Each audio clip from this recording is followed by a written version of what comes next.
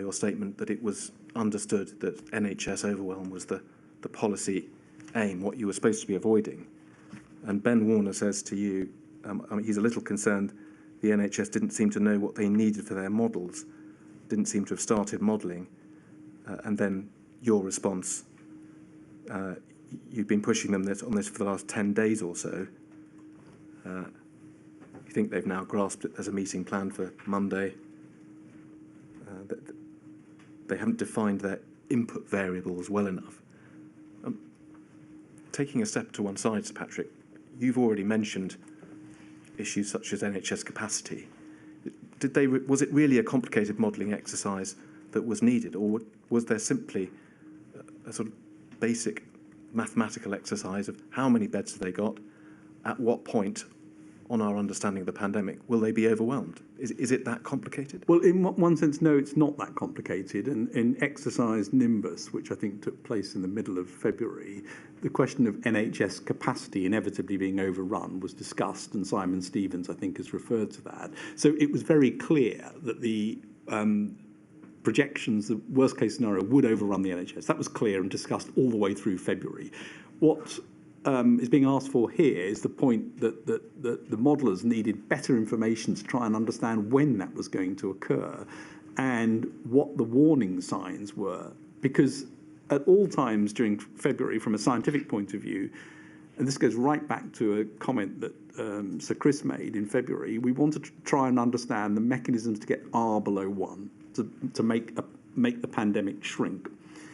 The question then was, when do you trigger that, and how deeply do you trigger it in terms of the number of things you need to have? That's what we were trying to understand, and the modellers needed the precise details to be able to understand what that looked like. So this was not an academic exercise. It was important for them to understand, and we thought it should be relatively straightforward to get these numbers. It turned out, like a lot of data flow early in the pandemic, it wasn't easy to get these numbers. When we look at, I think you said there was a meeting in early March, and when we look at some of the data that was provided, the modelling from the NHS, if we can look at 146571, please.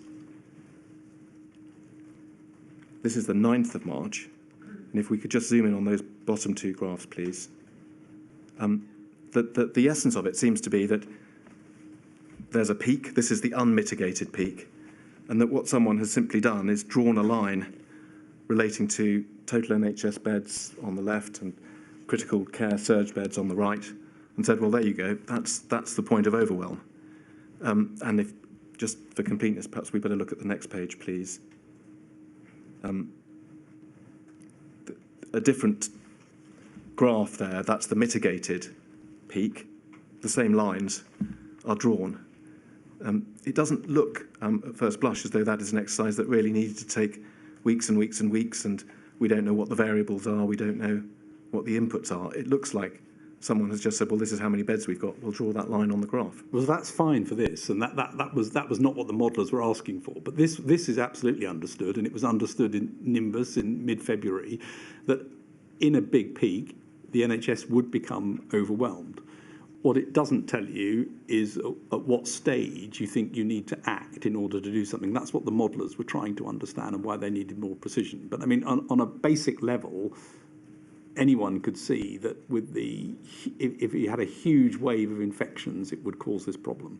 The reason I'm asking, Sir Patrick, is that as we know, and we'll come to this, when the weekend of the 14th, 15th of March came around, one of the reasons why it was felt necessary to take sort of dramatic steps or change direction, depending on which way you look at it, was a new understanding that the NHS was going to be overwhelmed. And I suppose my question is was that part of the analysis something that could have been understood earlier if only more urgent steps had been taken in February to do this sort of analysis? Oh, I don't think there's any doubt if you look at the CRIPS in February that people understood the NHS could be overwhelmed. So I don't think that's a new understanding. I think the new understanding on the weekend of the 14th and 15th of March was that we were much further ahead in the pandemic than we realised. And the numbers that came in that week showed that there were many more cases. It was far more widespread and was accelerating faster than anyone had expected. That's what triggered an urgent recognition that this was an imminent problem of the NHS collapsing, not something that was weeks away with the possibility of introducing measures at a more leisurely rate. So that weekend was an intense acceleration and indeed intensification of the measures that were required to stop this. Let me turn then and ask you some questions about that weekend. And by way of introduction, it's well understood that different people who were there seem to understand the events in perhaps a slightly different way. Some people regard it as being a time when measures were fast-forwarded or accelerated. Other people regard it as a change of direction. But certainly, I think, do you agree, it was, on any view, a time when decisions were either made or started to be made that a suppression policy, a policy of trying to keep the pandemic, the R number below 1, needed to be introduced, whereas previously that point hadn't been reached. Is that fair? Well, the plan right from early February was to keep R below 1 to stop it growing, but this was a recognition that this had to be really implemented very, very hard at that weekend in order to achieve that. So all of the measures needed to be put in place. Is that right, that the plan from the very start had been to stop the pandemic growing? We looked at those charts and we see a curve. I mean, flattening the curve is not the same as suppressing the virus, is it? I think ultimately it is a question of how far you want to suppress it. So you could suppress down to 0, which was never the aim. You could suppress a little bit, but you couldn't do that if that was going to overwhelm the NHS. And so the question was how far you needed to suppress it and at what stage you needed to do that. And I do think the focus on trying to get that timing exactly right was incorrect. It was an error to think that you could be that precise. That's a really important lesson that came out of this. I'm afraid you need to go early. Yes. Well, we'll come to that idea of yours, which you repeat in your witness statement. I want to ask you about a passage from Ben Warner's witness statement, please. So if we can look at paragraph 303, yes, we have it there on page 78. It's the final sentence. No, sorry, the final two sentences. He says, changing from a mitigation strategy to suppression midway would have been the worst of all worlds. And then this, from early 2020, we should have developed alternative plans, for example, lockdowns, after seeing the actions in China, or at least after Northern Italy. So his reflection, and it's one which is shared by some others in number 10 who we've heard from, is that the events of that weekend, in hindsight, suggest that they had previously been on the wrong plan, and that they should have been thinking about a different plan, a suppression plan, earlier. Is that your view? Do you think that is a valid criticism of the science or not? I'm not sure that he's criticising the science, actually. I think he's talking about the operational plan to deliver.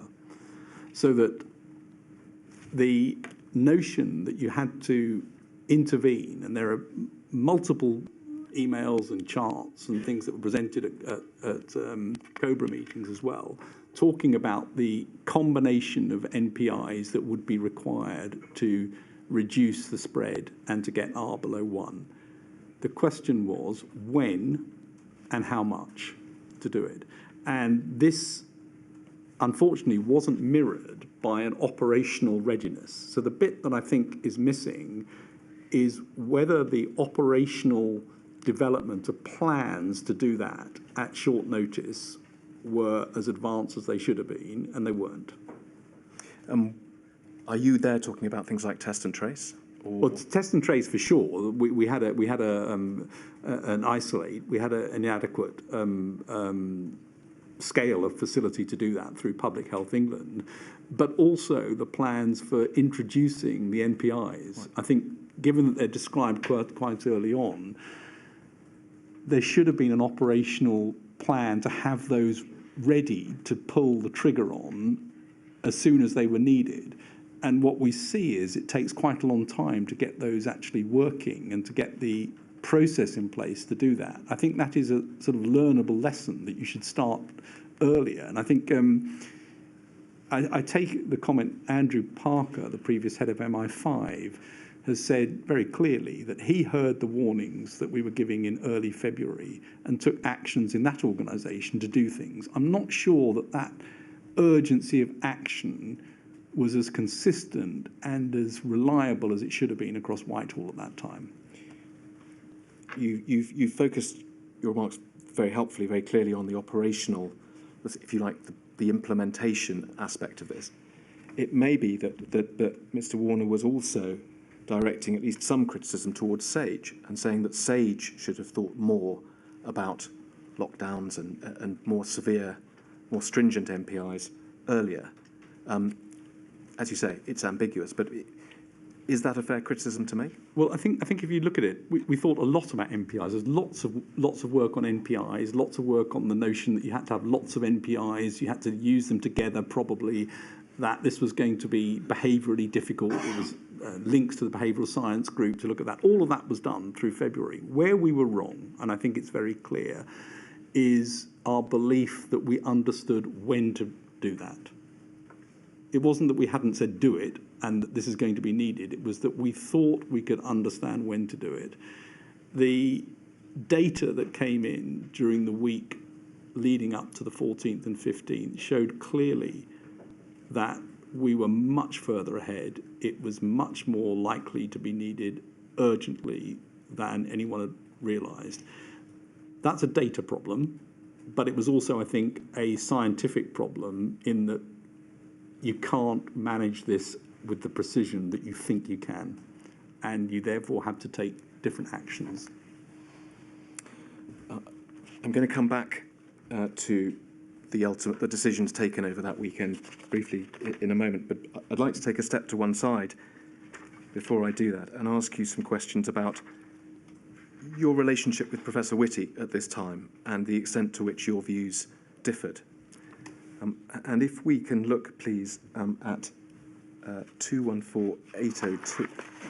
This is an extract from Jeremy Farrar's memoir, one of those memoirs from scientists that you referred to, Sir Patrick, giving us an insight into events. Sir Jeremy, of course, was a member of SAGE during this time, was he not?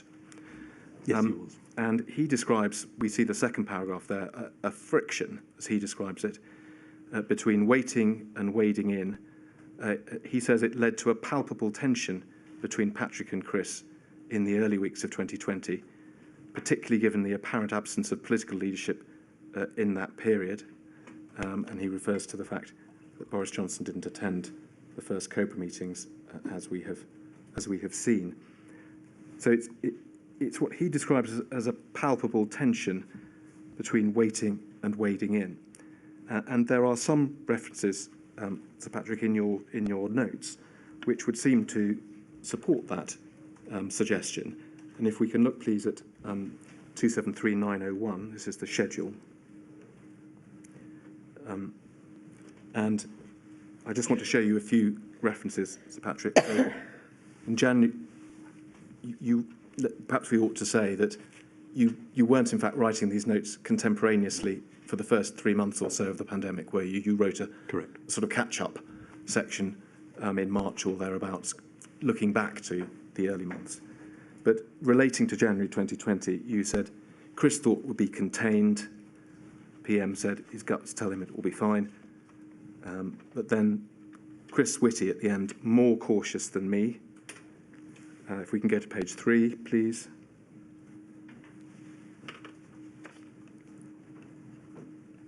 The last sentence or so, Chris Whitty worried about pulling the trigger too soon, cause harm, introduce some stuff on behavioural fatigue, if you started too early. And then on page 582 of the schedule, there is an entry that you made much later on, but reflecting on the early events. So we're now in February 21, but Sir Chris talking afterwards about the inquiry. Was lockdown too late in March? Could we have known? And then this, he was a delayer, of course. So help us, Sir Patrick, was there this tension or friction between the two of you about how quickly to proceed with NPIs in that first period? Well, I think Chris Whitty is a public health specialist, and he was rightly, in my opinion, concerned about the adverse effects of the NPIs. He was concerned that there would be more than just the issue of the direct cause of death from the virus, that there would be indirect causes of death due to effects on the NHS, that there would be indirect harms due to people isolating, mental health, loneliness, issues of health that come from that procedure, and that there would be indirect long-term consequences due to the economic impacts creating poverty, which is a major driver of health. So he was definitely of the view that the treatment and the result of that treatment needed to be considered together, and that pulling the trigger to do things too early could lead to adverse consequences. And that, I think, is a totally appropriate worry from the Chief Medical Officer and a legitimate public health concern throughout. And I didn't have exactly the same worry. I was more on the side of we need to move on this. But I think that's partly why the two of us found it useful to work together. I mean, he would bring in views that were broad public health views, looking at the consequences of interventions as well as the direct consequences of the virus. And I think sometimes I would want to push and he might not, and sometimes he was right, and sometimes I think we should have gone earlier. This was an occasion when I think it's clear that we should have gone earlier. Let me go back then, with that in mind, to those meetings over that weekend of the 14th and 15th. We've gone through them in some detail with other witnesses, and I'm not going to go through them in detail with you. But in summary, what was it that you were arguing for during the course of those meetings, and what was your understanding of what was decided? We got information on the 13th of March, which unambiguously showed that the pandemic was far more widespread and far bigger and moving faster than we had anticipated. And that came from a number of sources, including surveillance systems that we'd set up to look at people who had pneumonia, hospital-based surveillance, and some work coming in from the initial sporadic surveillance systems and NHS numbers. That was unambiguous and extremely worrying. Over that weekend, it became very clear that much more stringent measures would be needed to control this, and they needed to be introduced quickly. I made my views known about that was the view of the SAGE committee and the modellers, and it was my view that we were in a position now where we had to move quickly. That decision, I believe, was understood. On the Sunday of that weekend, I was unambiguous in the meeting that much more stringent measures would be needed now. I think that's recorded in Imran Shafi's notebooks. And the following day, when the Prime Minister announced that there would be voluntary measures to keep people from making contacts, I also suggested on that day that London was so far ahead that it would be necessary to possibly lock down London. So those were my views over that weekend. I think, frankly, on that weekend, an in-principle decision was taken that lockdown would be required. It then took several more days to work that into a full mandatory process. But whether it is mandatory or voluntary is a political issue, not a scientific one. We know, and we've heard from others, that the term lockdown may not have been one that was in play then, but you have said that your view, in essence, was that that was what you were campaigning for at the weekend, and there was at least an understanding that that was where things were headed as early as that.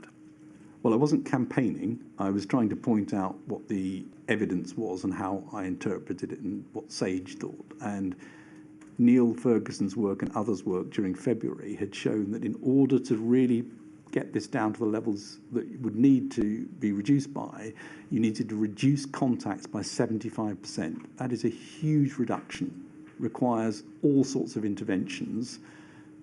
I'm not even sure we ever really achieved much more than 75% at the peak of the interventions. And that's what I was arguing for on that weekend, that if we wanted to now stop this from becoming devastating, we needed that degree of reduction of contacts. Now, there are various references in the documents, in your witness statement, to the reaction of some of those who were at those meetings to what you were saying. You refer in places to people being incandescent, and you also refer to yourself having been reprimanded for advancing those views. Who was it that reprimanded you?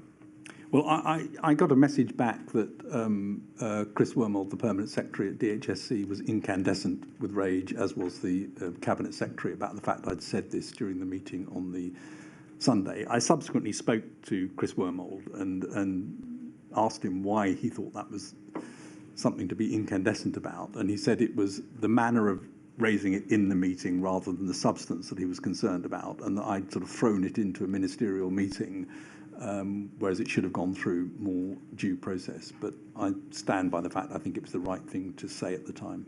That was the reprimand as well, then, was it, for the manner in which you raised it? Yes, I was told that I hadn't done things the right way, and it was inappropriate for me to have raised that. And I subsequently, on the Monday, when I suggested that London was so far advanced, and it's worth remembering actually that in terms of timing of this, London was quite a long way ahead of other parts of the country.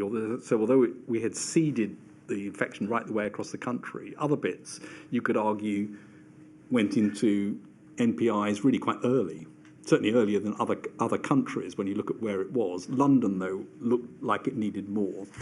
And I made that point in that meeting. It was discussed. There was a very clear rejection of that proposal, and certainly I don't think the Chancellor looked terribly pleased at that moment.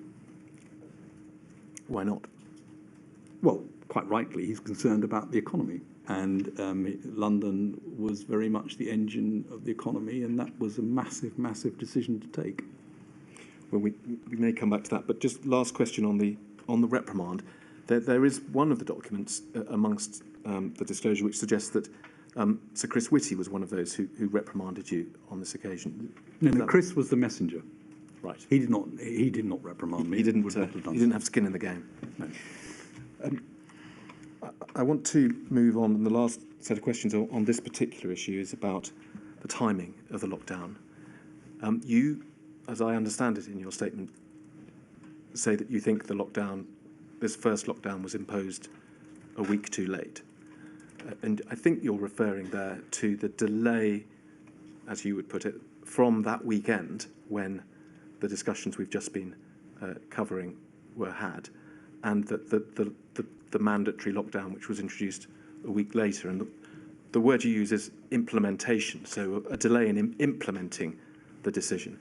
First of all, is that a fair summary of your witness statement?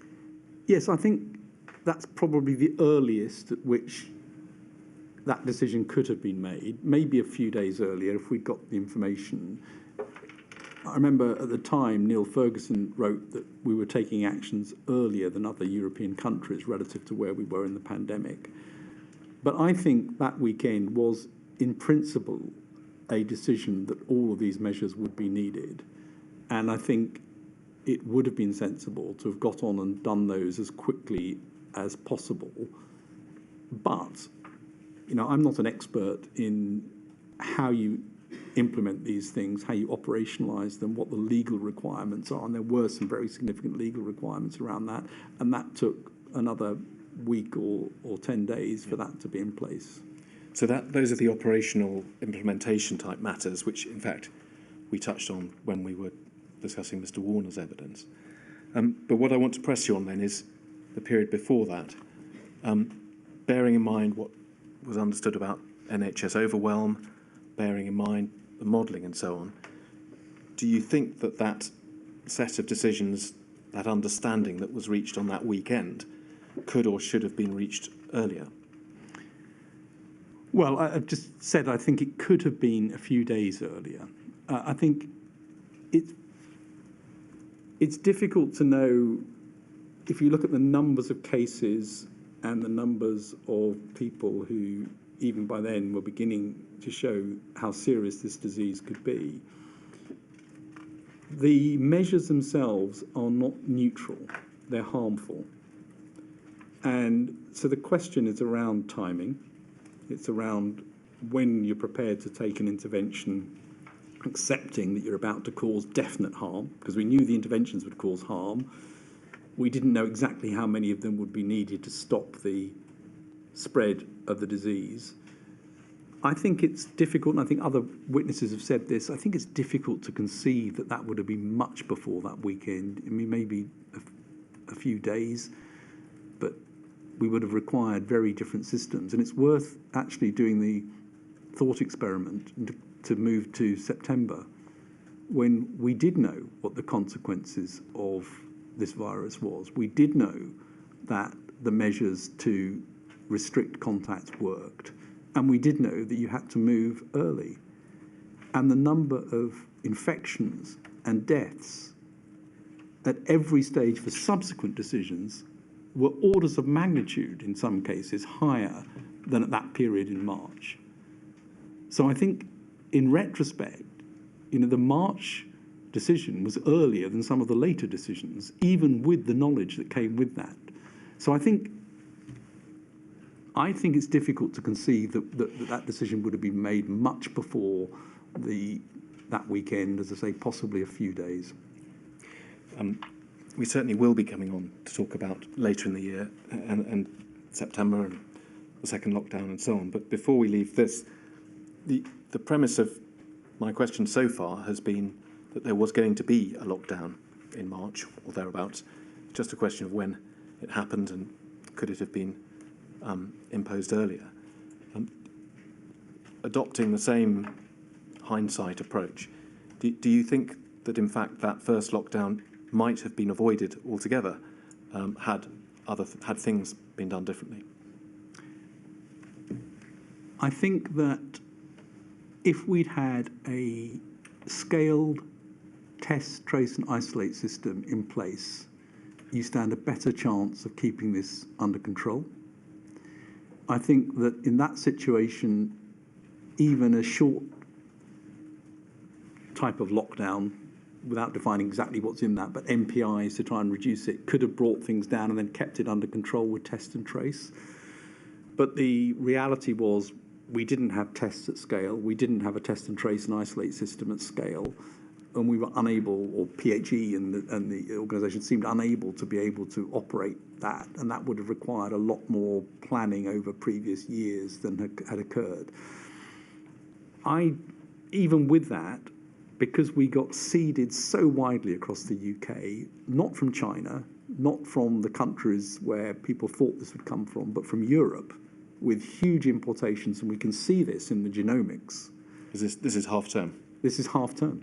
And we had a huge influx from Spain, France and Italy over that half term and beyond, which meant that we probably had lost control. And test, trace and isolate only works at low levels of prevalence and a high level of capacity in the system.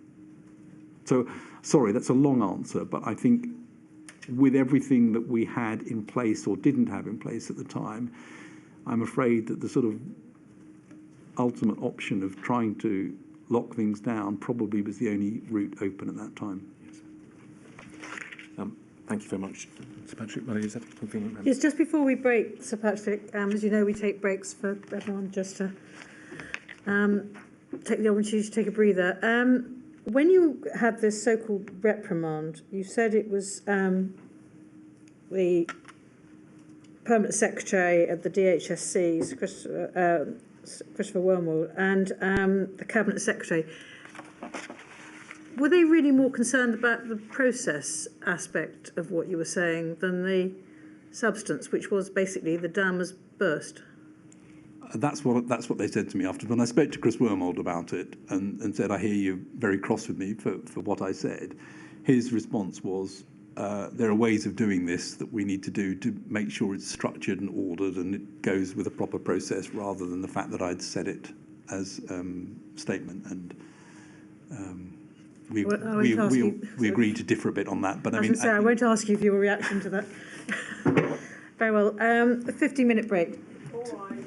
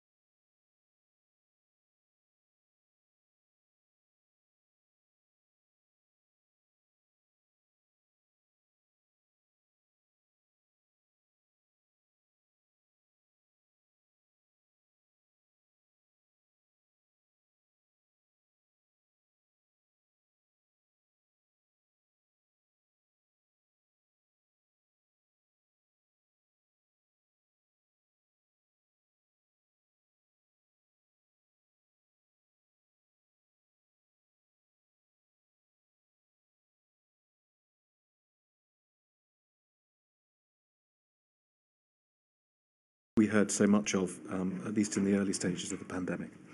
And I'd like to ask you to look at a section of the expert report that the inquiry received from Alex Thomas, or latterly at any rate, from the Institute for Government, and paragraph 120 of that, please, on page 35. And it's, as I say, paragraph 120 where we see his views on this issue. He says there was a blurring of policy decisions and expert advice, with ministers' mantra that they were, quotes, following the science, very damaging. The repeated assertion undermined the importance of ministerial judgment and the accountability of ministers for decisions. It made it harder for experts to set out their view, and the science implied that there was one single view, which was rarely the case. From the start, ministers and other government communicators should have been talking about being informed by, not led by, science. This is an issue that you touch on in your witness statement, but you don't perhaps go into it in quite as much detail as there. Do you agree with these sentiments? I do, and I didn't when it first happened. In other words, when it was first said we're following the science, my reaction was good, they're listening to us, because that's not always the case in government for the reasons I've laid out. But I think that the way in which this was both heard and possibly meant in terms of slavishly following the science, obeying it at all times, is completely wrong. I mean, you can't, and I can also totally agree, there is no such thing as the science. I mean, science by its definition is a moving body of knowledge that tries to overturn things by testing the whole time. So you say that when it was first used, you weren't opposed to it. Was it then something about the number of times, the repetition of it, or perhaps the circumstances in which it was used? I mean, at what point did it become a negative thing for you? Well, pretty quickly. I mean, initially I thought, good, they're listening to us and they want to hear the science. That is the right thing for them to do. But I think it became taken, both interpreted, I think, widely in the press, and again, possibly inside government as well, as a sort of direct following the science, a slavish following of it, which I agree. These are difficult ministerial decisions. They are precisely what needs to be taken by ministers to integrate the different forms of evidence and make those almost impossible judgment calls, which the science can't make and shouldn't make. Did you speak to Boris Johnson or others asking them not to use that phrase? I can't remember whether we did. They knew that this was damaging at one point, and I think they did. It did sort of get softened to we're being informed by, and I think the Prime Minister at the time actually says that at some point, that we're being informed by the science quite early on in March or April. I can't remember when. In her witness statement, Helen McNamara made the observation in this context that you would never hear a politician saying that he or she was following the economics and drawing that distinction. Do you think that one of the reasons why this phrase may have been used was because the politicians didn't feel comfortable about their understanding of the science, and so, if you like, they said they were following the scientific advice in a way that, as Ms. McNamara said, they would never say they were following economic advice? I think that is true. There's a great variability and largely an uncertainty and unfamiliarity with science in government. And my experience is that many people who haven't had a scientific training also view science as giving immutable facts. You know, they remember at school they were taught a lot of facts about science. The truth is that science is a process. It's a way of testing what you currently know, experimentally or observationally, overturning hypotheses, advancing and trying to increase your knowledge base. And it's a description of what you currently have, which can easily be overturned by new evidence. And I think that's not widely understood. I mean, understood may be the wrong word, but it's not intuitive to many people. And therefore, I think there was a bit of dependency that this was a scientific problem and people would listen slavishly to this and wanted to sort of slightly hide behind this at times. Just going down the page, let's look at paragraph 122, please. a related but slightly separate point that Mr. Thomas makes. He said that SAGE ended up filling a gap in government strategy and decision-making, which meant that government decisions were held off until the scientific advice was overwhelming, rather than using scientific inputs alongside other analysis to take decisions at the most appropriate time. Again, sentiments that you endorse? I agree that we ended up filling gaps, and there are several examples where we did step into places that we thought just needed some attention, and we tried to provide that. And there are several examples in my statement. I also think it's true that other inputs weren't as visible and weren't as obvious, and so there wasn't that overt ability to trade off between them. And I think I made this point about the economic analysis. I mean, it wasn't obvious where that was coming from, and it wasn't visible, and that led people to assume, therefore, the science was the decision-making force. So I think I don't think I disagree with anything that's written in this statement. Yes. Well, and the point about economic input is one that we will certainly come to in due course. I'd like to move to a related subject, which is about the ability or the ease with which government ministers, civil servants, decision makers understood the advice that you were providing them with. We've already touched on the point about the proportion of fast stream applicants with STEM degrees, and of course this question of non-science graduates struggling to understand scientific matters is a very old one. In your witness statement, perhaps we can go to page 207 of your witness statement, paragraph 642. You describe, if you like, your general experience of providing science advice to decision makers. And picking it up about 4 or 5 lines down, you say, I'm not in doubt that the CMO, that's of course Professor Whitty, and you gave advice from SAGE repeatedly, and that it, together with the uncertainties, was usually understood by decision makers. However, it was often necessary to explain scientific concepts on many occasions. You say it's entirely appropriate for decision makers to challenge advice and so on. Then in the next paragraph you say you were asked a number of questions about whether the science advice that you provided to the Prime Minister and core decision makers was understood. You make the point that others will be better placed to answer that question, and of course we can ask the Prime Minister and others. But you say again that you took care to explain these concepts in a way that was comprehensible, which was appropriate. And a couple of sentences on, some points had to be explained repeatedly, and some areas proved more difficult to get across than others.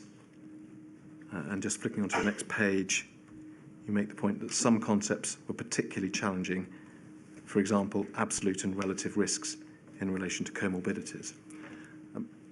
I just want to take you, Sir Patrick, to a few entries in your notes which touch on this subject and try and get a feel for whether that is a general position and whether those reflections apply particularly to the Prime Minister, or whether in fact the position was more marked with him. So can we go please in the schedule first of all to page 42. So this is an entry on the 4th of May, and by this stage you are making the notes daily, is that right? Yes.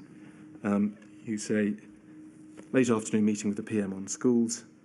My God, this is complicated. Models will not provide the answer. PM is clearly bamboozled. Page 53, please.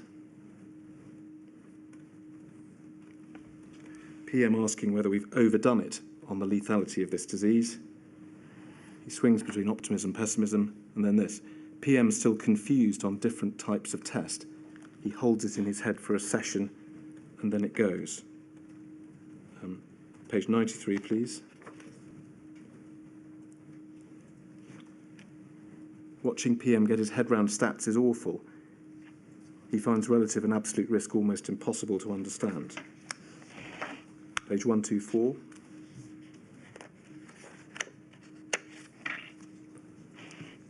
PM struggled with whole concept of doubling times, just couldn't get it. And then just two more, please. Page 167.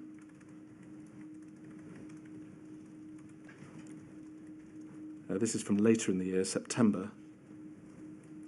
Claire Gardner going through the PM graph, talked PM through the graphs. It's difficult. He asked questions like, which line is the dark red one? Is he colourblind? Then, so you think positivity has gone up overnight? Oh, then, oh God, bloody hell. But it's all the same stuff he was shown 6 hours ago. And then finally, 389. This is now going forward to 2021. PM dashboard. Is that a reference to a meeting, dashboard meeting? Yes. Taken through the graphs, real struggle to get him to understand them. So the question then, Sir Patrick, is those paragraphs of your statement that we looked at. Yes, you talk about sometimes needing to repeat things and needing to explain things in detail. Help us and tell us if this is an example of passages that you no longer want to support. But the message that we get from these repeated entries appears to describe something, at least as far as the Prime Minister is concerned, more serious, a repeated failure to understand graphs, scientific concepts and so on, forgetting things that had been explained to him only a few hours earlier repeatedly. Was there a more serious problem with him than that which you describe in the witness statement? Well, I think I'm right in saying that the Prime Minister at the time gave up science when he was 15. And I think he'd be the first to admit it wasn't his forte, and that he did struggle with some of the concepts, and we did need to repeat them often.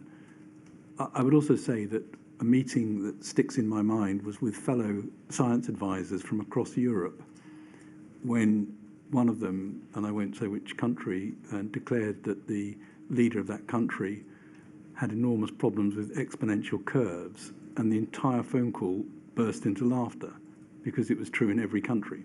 So I do not think that there was necessarily a unique inability to grasp some of these concepts with the Prime Minister at the time, but it was hard work sometimes to try and make sure that he had understood what a particular graph or piece of data was saying. And I'd learned from a number of meetings, including around climate, where there were certain things that would catch his eye and would work for him, and other things that wouldn't work for him. So there were ways of presenting the data that allowed him to get better access than others. Mr. Johnson, it hardly needs saying, was the man who was making decisions that had incredibly broad impacts on the whole country. And it was critical, was it not, that he did understand the advice that he was being given? Yes. We've been talking so far about the need to repeat advice sometimes, or to, as you say, use particular techniques or tags to help him understand matters. Was it ever the case that you had the impression that despite repeating things or despite explaining things in a particular way, he actually had completely misunderstood some of the advice that you'd given him? It's possible, but I think certainly when I left a meeting, I would usually be persuaded that we had got him to understand what it was we were trying to say. But as one of the extracts showed that you put up there, that 6 hours later he might not have remembered what was in that presentation. So I can't be sure that he kept it in his mind all the time as he was going into whatever the subsequent meetings were that designed policy. I would also say that I think, and I don't know, you'd obviously have to ask him, but I think he does have a technique of almost deliberately going to sort of a misunderstanding just to check that somebody isn't in a different position, and that was something he would use from time to time. But I think there was a problem in scientific understanding, and it's not unusual amongst leaders in Western democracies.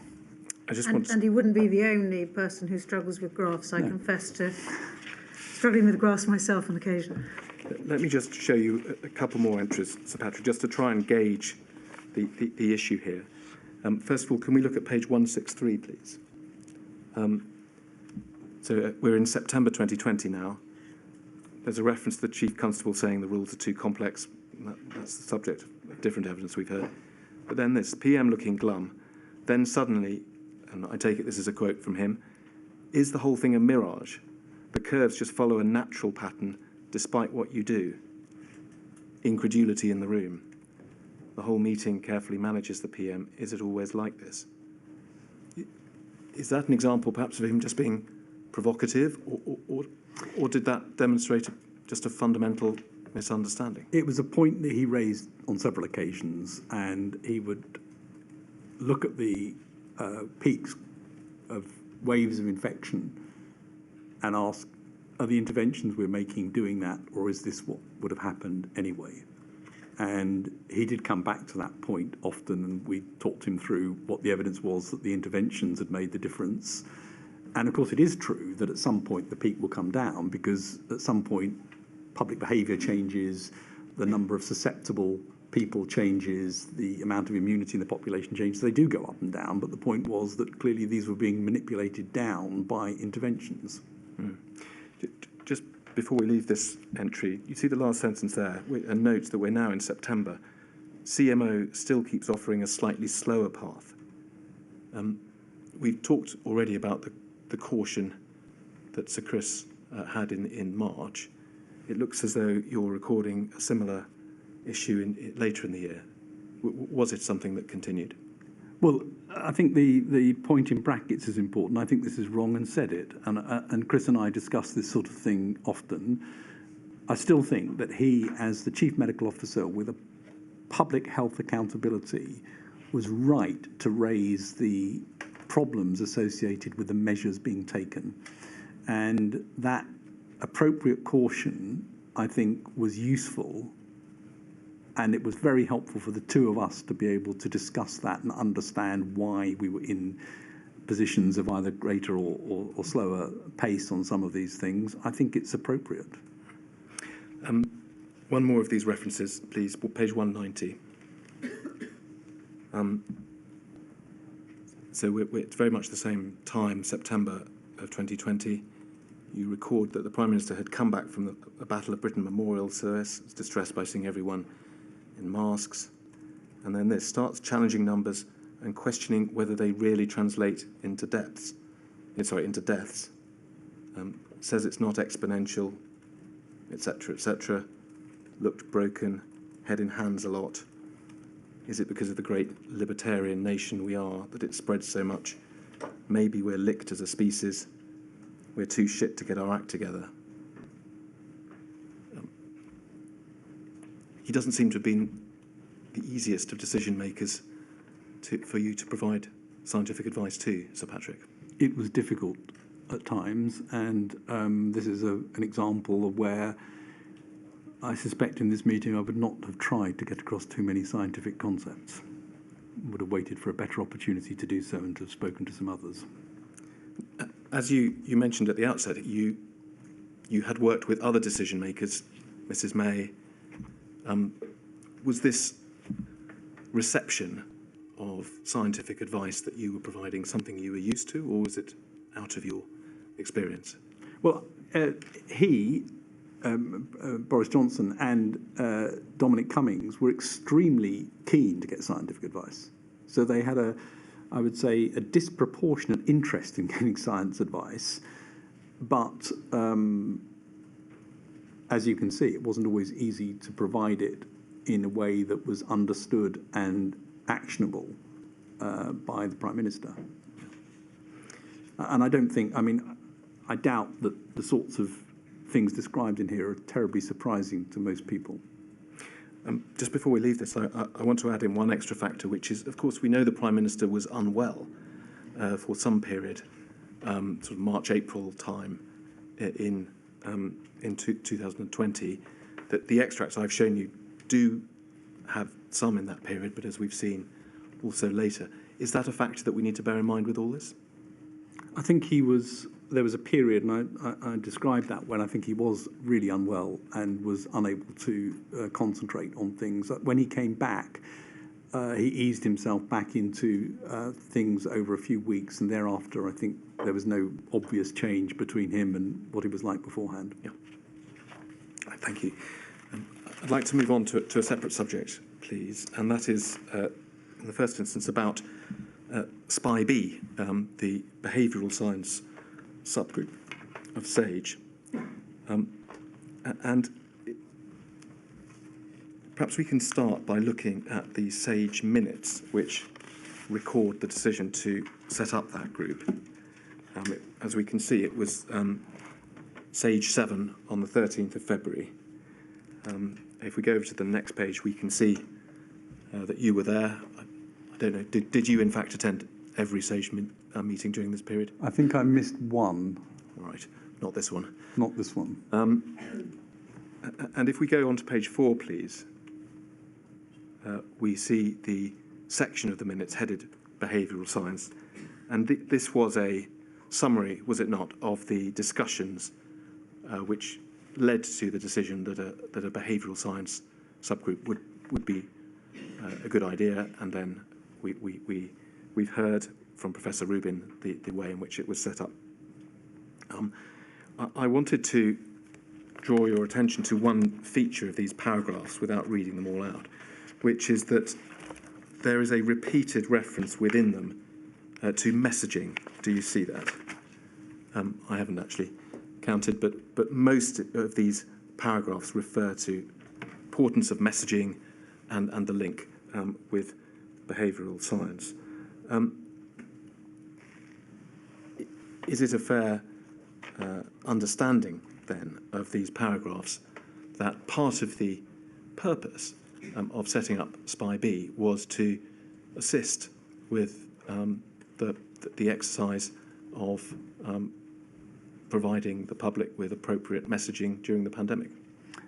Part of the reason for having behavioural scientists there, and by the way, I think James Rubin and Brooke Rogers, who were at this meeting, are absolutely exceptional, was to make sure that the principles underlying messaging were understood. So it wasn't to design the messaging, it was to make sure that principles like collective ownership of things was important, like don't drive fear as the messaging vehicle, and those sorts of things were important messages.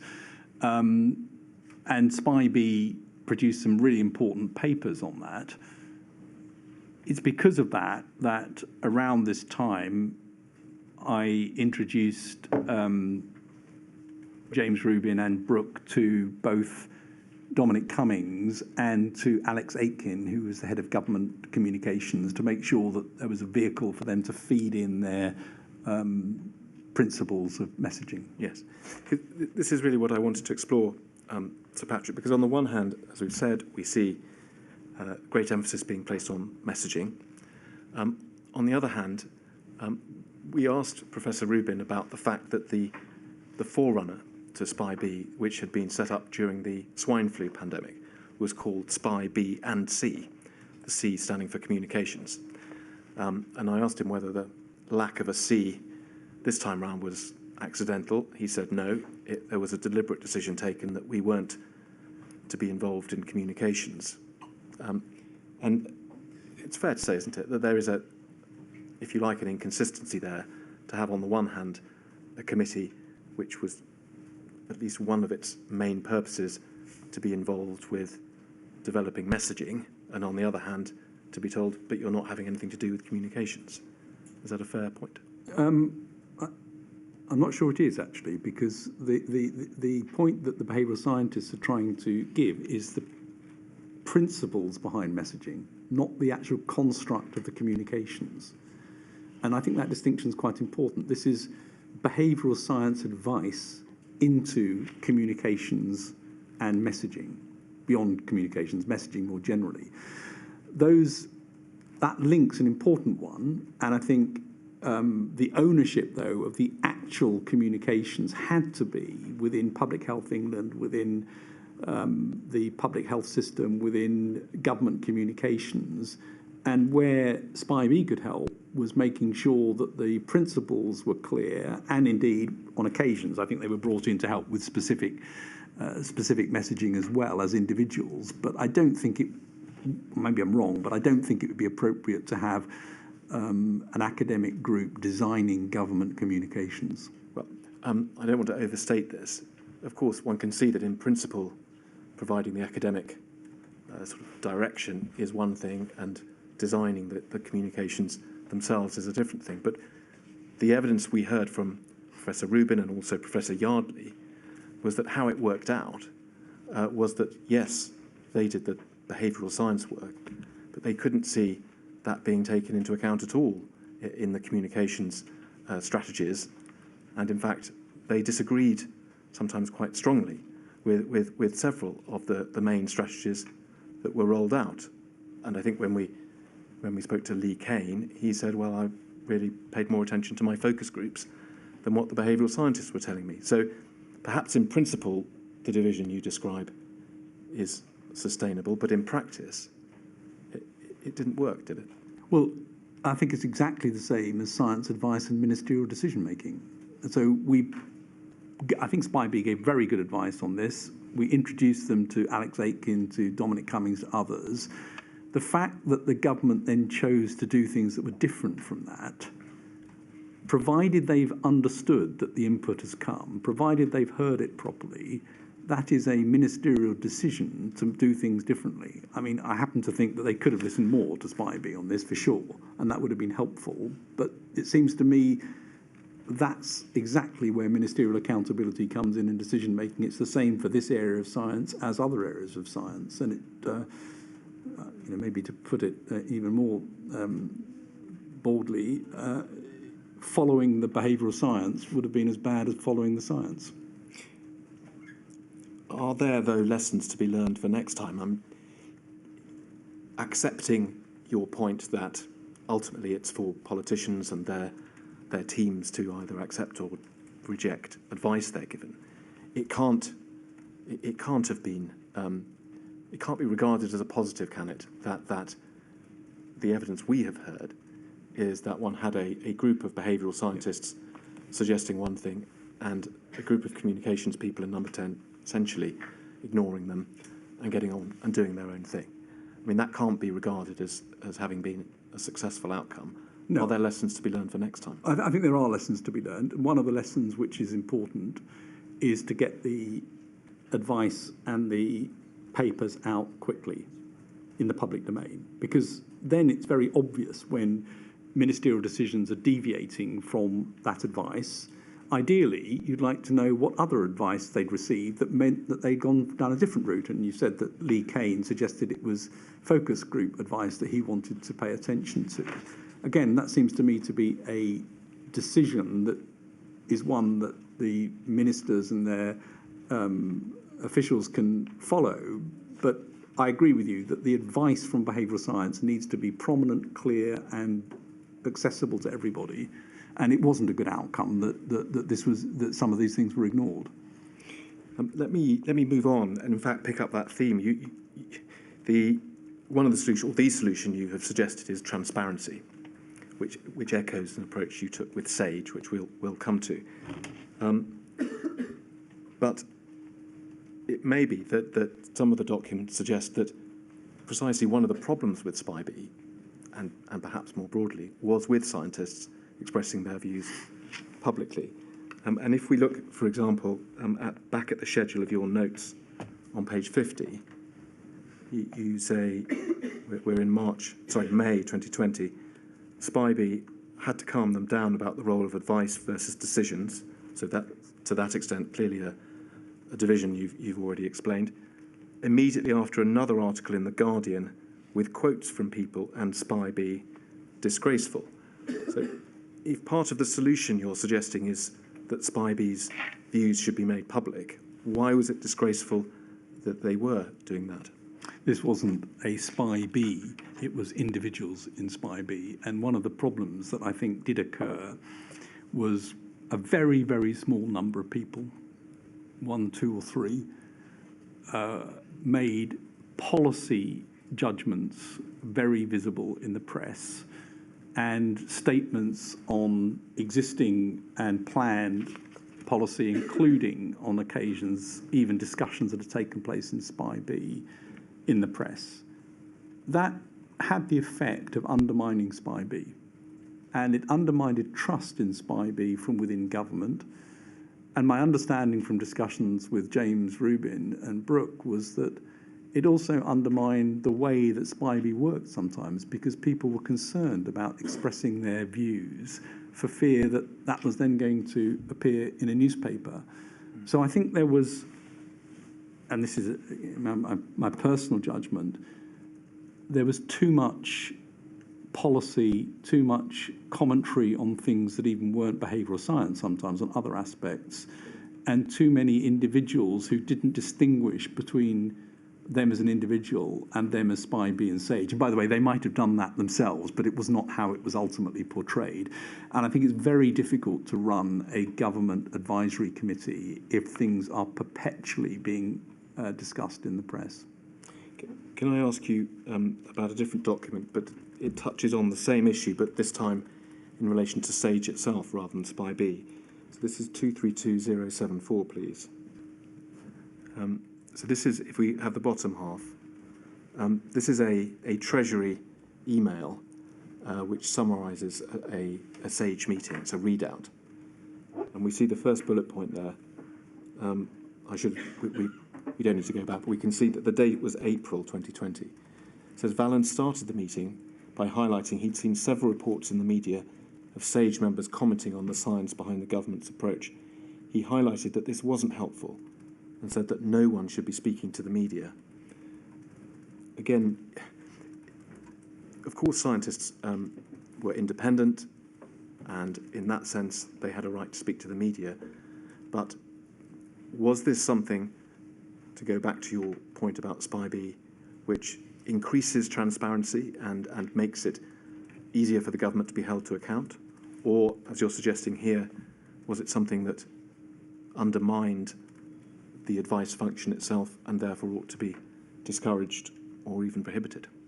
Well, I'm going to take issue with the minute, because the Chair's brief and indeed the repeated commentary that I made at SAGE was, any of you can speak to your own topic, your own expertise in the press, and should feel free to do so. So actually we had a very open policy to people speaking to the press about their own areas of expertise. We asked that people didn't comment on policy, because that then would confound the SAGE remit with their policy views. And we asked that they tried not to stray into areas that were not their area of expertise, because that inevitably would reflect back on SAGE. And we asked that they didn't report the discussions that were taking place in the meetings, because the minutes wouldn't have come out by that stage. So that's what the restriction was. It was absolutely not that people couldn't speak to the media. And if you ask Fiona Fox from the Science Media Centre, she would say there's been more scientists from government committees out speaking about their expertise and trying to help the media understand in this pandemic than we've ever seen before. So I think we actually actively encouraged where it was appropriate for people to go and speak about their own areas of expertise, but not policy. So I think you're telling us that that is not an accurate summary of what you would have said. Yes. There's more nuance to it than Yes. that, and that's what you've just given us. Yes. With that nuance, is it your reflection that that was the best way of dealing with this issue of how scientists should speak publicly without being able to stop them completely? Well, I don't know if it was the best. I mean, there may be better ways of doing it. I did know that it was very, very difficult when scientists spoke about policy and other areas, because it then undermined trust in the committees. And we saw that later in the pandemic with some departments and some ministers saying, I won't bring something to SAGE because it's just going to leak and people will talk about it. And I know that, again, the Science Media Centre felt that we got it about right. So I'm not sure what more could be done here. I definitely believe that people should be free to speak about their own areas. And I also believe that it's very difficult for a government committee to operate if people are apparently reporting government advisory views in the press outside the formal mechanisms. It becomes really difficult to build the trust that's required to get influence inside government. Thank you. Let me just move. We're sticking with SPIB, but to a related issue, And that is not so much them commenting publicly, but several of them joining independent SAGE. And for these purposes, perhaps we can look at some email exchanges between you and Stuart Wainwright. First of all, can we please look at 197131?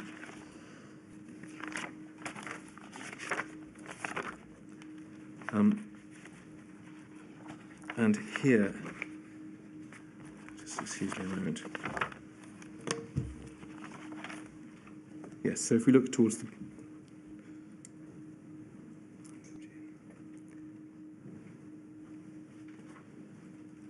I think if we can go on to the next page, please. Yes, we see at the top there an email from Stuart Wainwright. It's an exchange at this point between him and James Rubin. And you can see that they are discussing the fact that I think at that stage a small number of members of SPI-B had joined iSAGE, independent SAGE that is, and Mr. Wainwright says it raises real issues of trust for policymakers in HMG in the ability to bring things to the committee as a, quotes, safe space. Do you see that? And then if we can please look at the email immediately before that, so perhaps back to the next page. You can see Professor Rubin, rather, saying that DHSC will presumably want us to adopt nerve tag style membership arrangements. And I think that's the appropriate time for a refreshed set of terms of reference.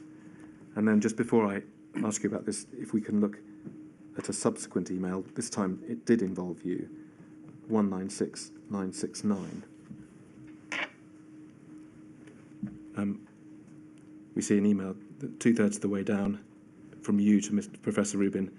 James, the effect is that government departments are now becoming very wary of putting anything to SPI-B because of a risk of leaks or misuse. We should think about how to deal with it. It's bizarre behaviour. And just for context, by this stage, rather more members of SPI-B had joined independent SAGE. So a related problem, Sir Patrick, is what we see here, in effect, a chilling effect, that HMG becomes less willing to ask questions of SPI-B because, in this instance, of a concern about whether that information will simply be passed to independent SAGE. Yes, I think that is what was happening. There were confidential papers that came to SPI-B and to SAGE, and it was important that people who put those papers in knew that they weren't going to disappear somewhere else.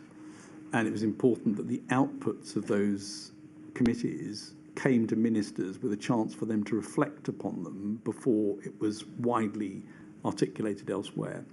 And I think I'm second to none in my belief of academic freedom, but if you join a government committee, it's slightly odd to then be on a committee that's set up to challenge the government committee.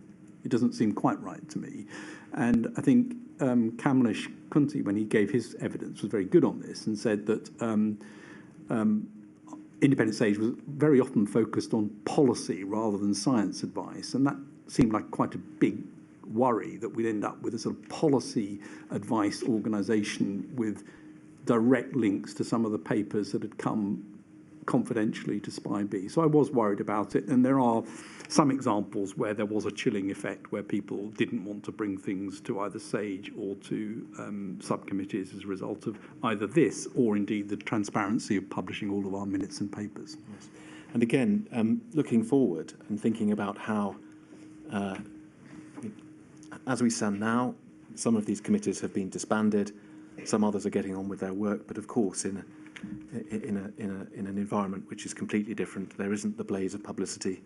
We don't hear scientists debating these issues in the press all the time. But as you have said, there will be another pandemic, and we can imagine that similar circumstances might well arise. What have we learned from this experience? Are there ways of controlling what scientists do? And there was a reference to the nerve tag arrangements. Are those different? And is that a blueprint for the future?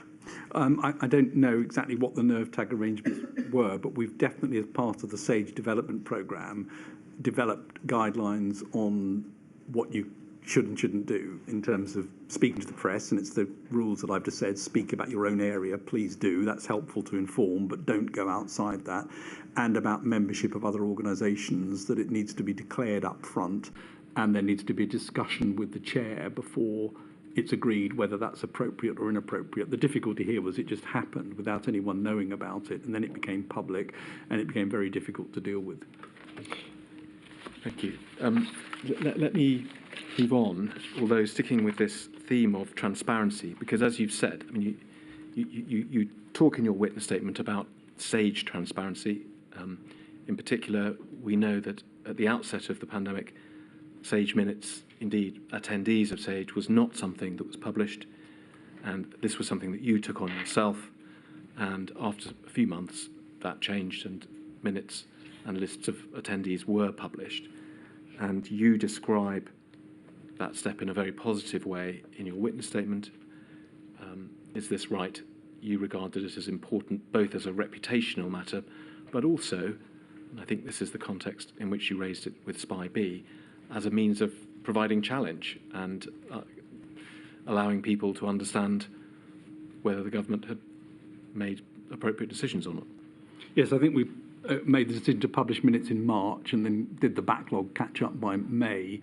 I do think, and this again has been put in the SAGE development plan, I think there should be a process for publishing minutes and papers as soon as is reasonable after the meeting, with some caveats, and those caveats would be national security, one, and two, if there was a need to delay things for a little bit to give ministers a chance to be able to consider policy options in advance. But I believe both the evidence for SAGE, but more widely, I believe, the scientific evidence that underpins advice to departments should be made public, because that's what science does best. It puts things out there other scientists can challenge, and that creates the right external environment to actually be helpful, not on the policy, but on the evidence base. And I think that is a valuable thing, and we had to go through quite a lot to make that happen during the pandemic, including operationally. It's quite difficult to get these things done because you've got to get permissions from the authors, you've got to get them in the right format, you've got to get them up on the website, and that took a little while in a team that was very busy doing other things. It's the sort of thing that I describe in the so-called 100-day mission as getting the rules of the road sorted out in advance, so you're not trying to sort them out during a pandemic. One can see, and you've described very well, all the advantages that flow from this policy of transparency. But there are problems that come with it, are there not? And one of them is the problem we've just been discussing in the context of Spy B, which is a chilling effect. And if we look at your notes, well, I will ask you, but at least on the face of it, it seems that this policy of transparency did indeed create this type of chilling effect with SAGE itself during the pandemic. If we can go, please, to the schedule and look at, I think it's 3 references. Thank you. First of all, this one. We're in June 2020, and you write, you refer to a paper from number 10. You say someone has completely rewritten it. They've just cherry-picked, quite extraordinary. And then, for our purposes here, note apparently Simon Case. I'm afraid I can't now remember whether at that point he had. No, he wasn't. He was a permanent secretary within the Cabinet Office at that point. He hadn't become the Cabinet Secretary. Simon Case said, "Don't bring new schools advice questions to SAGE as the minutes get published." If we can move on to page 102. Another note, Secretary of State for Education says, "Don't ask SAGE as minutes get published." And then moving forward a few months, both of those references were in June. If we can move forward to page 253, please, we're in October.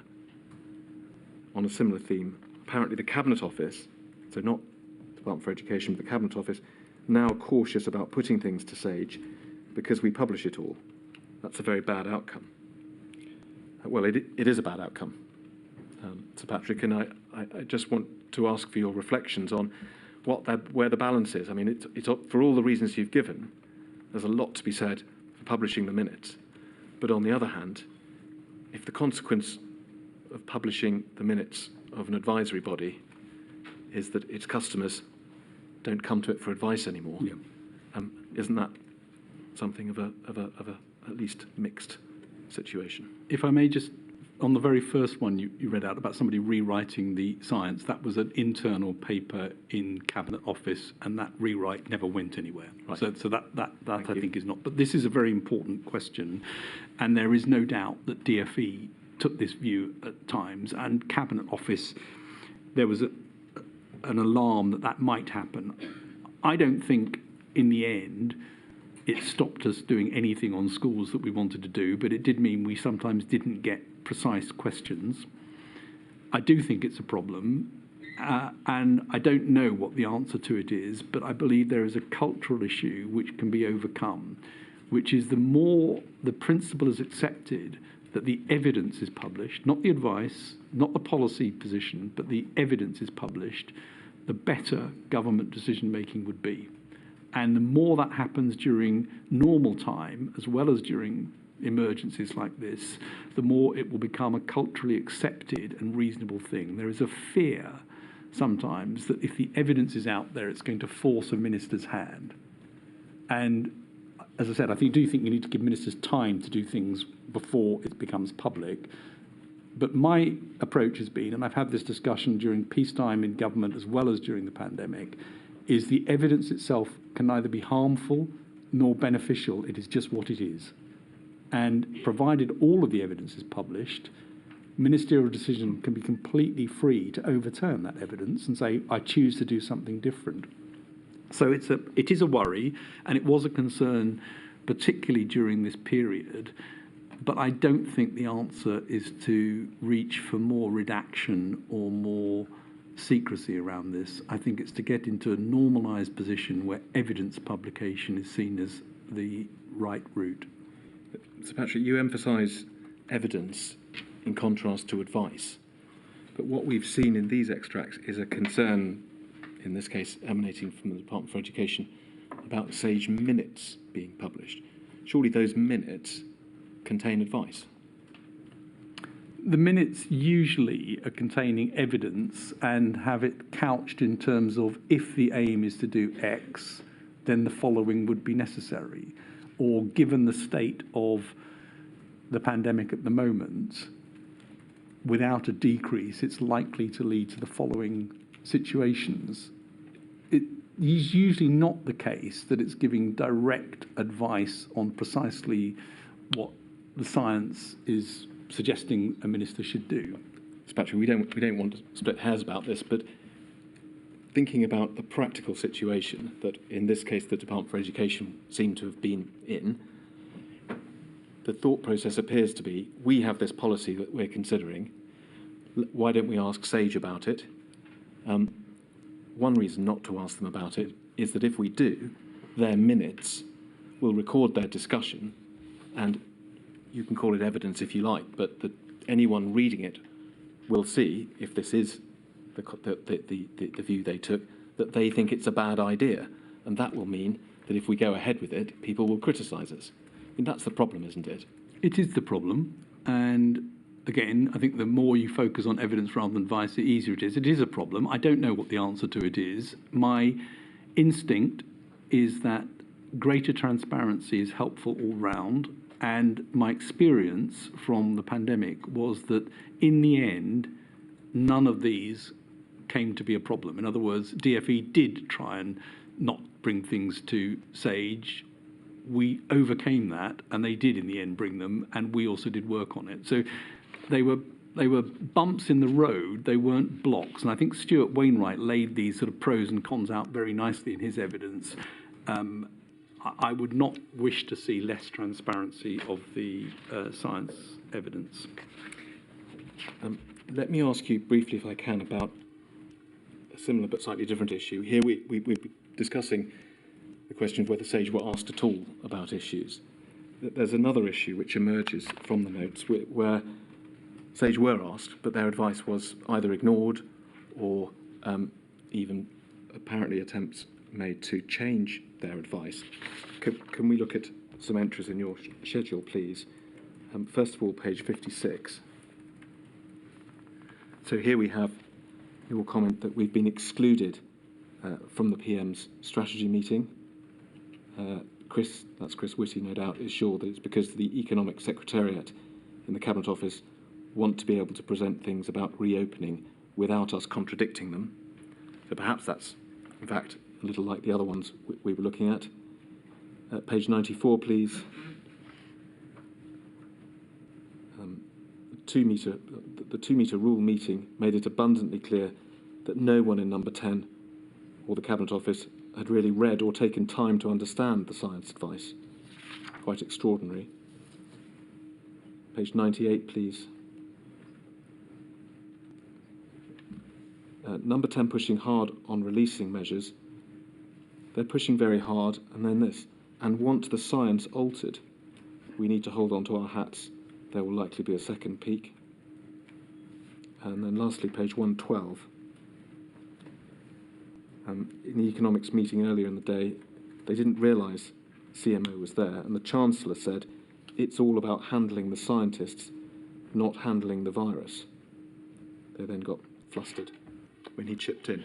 So a collection of entries, all of them, to be clear, in terms of date, around sort of May, June, July, reopening in 2020.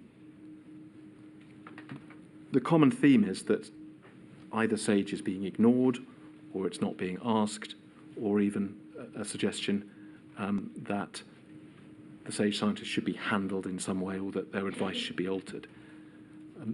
Help us, was there a feeling, perhaps particularly at that time, that perhaps you weren't being asked for your advice in good faith?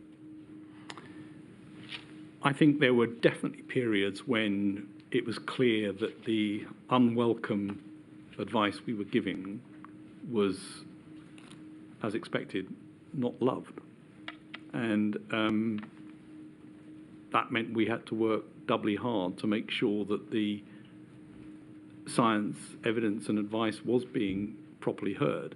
Now, it doesn't surprise me that there were meetings that we were not included in. That's normal. We were, as I said, in number 10 probably for 45 minutes or an hour, and there were things going on all day and political decisions as well. So it's not surprising that we were not invited to things sometimes. And it definitely is the case that there were times when, because we were giving unpalatable evidence and advice, people would rather not hear it. And I think that probably is a normal part of politics, and our job was to make sure that we weren't in the politics. We were continuing to make that advice as heard as we could make it. Did you, and this I now ask for your view on reflection, not writing your notes late at night, but did you feel that you were in some way being manipulated or handled, or that your advice was, people were asking you to change your advice? Well, I don't think anyone, well, I know nobody actually got us to change our advice. I mean, the example of somebody maybe putting pressure on us to do it, we wouldn't do. And I think there's a WhatsApp exchange you've got where Matt Hancock asked me to change something, and I say, no, we're not going to change our advice, because that's where the evidence bit comes in, that you've got to at least see that, even if you disagree with it and you don't want to do it. But I'm absolutely sure, because politicians are politicians, that there were attempts to manage us and make sure that we were not always given the access that we might need. But I think overall, we actually managed to get through all of that and make sure that the advice and the evidence was heard. So I don't know what damage it did, and I'm not sure exactly what I'd recommend for the future on that, because it seems to me that's partly the nature of the way the political system seems to operate. One thing we do know, and you state this in your evidence, is that around this time and in the period just after it, there were a series of government initiatives in respect of which Sage was not asked to provide its advice. Eat Out to Help Out in the summer of 2020, Tears, The Rule of Six, later in the year. I mean, do you know whether the type of thinking that's evidenced in these notes was part of the reason why you weren't asked about those matters? Quite possibly. I don't know the reasons behind each of those. I mean, Eat Out to Help Out we didn't know about until it was announced, and I think our advice would have been very clear on that.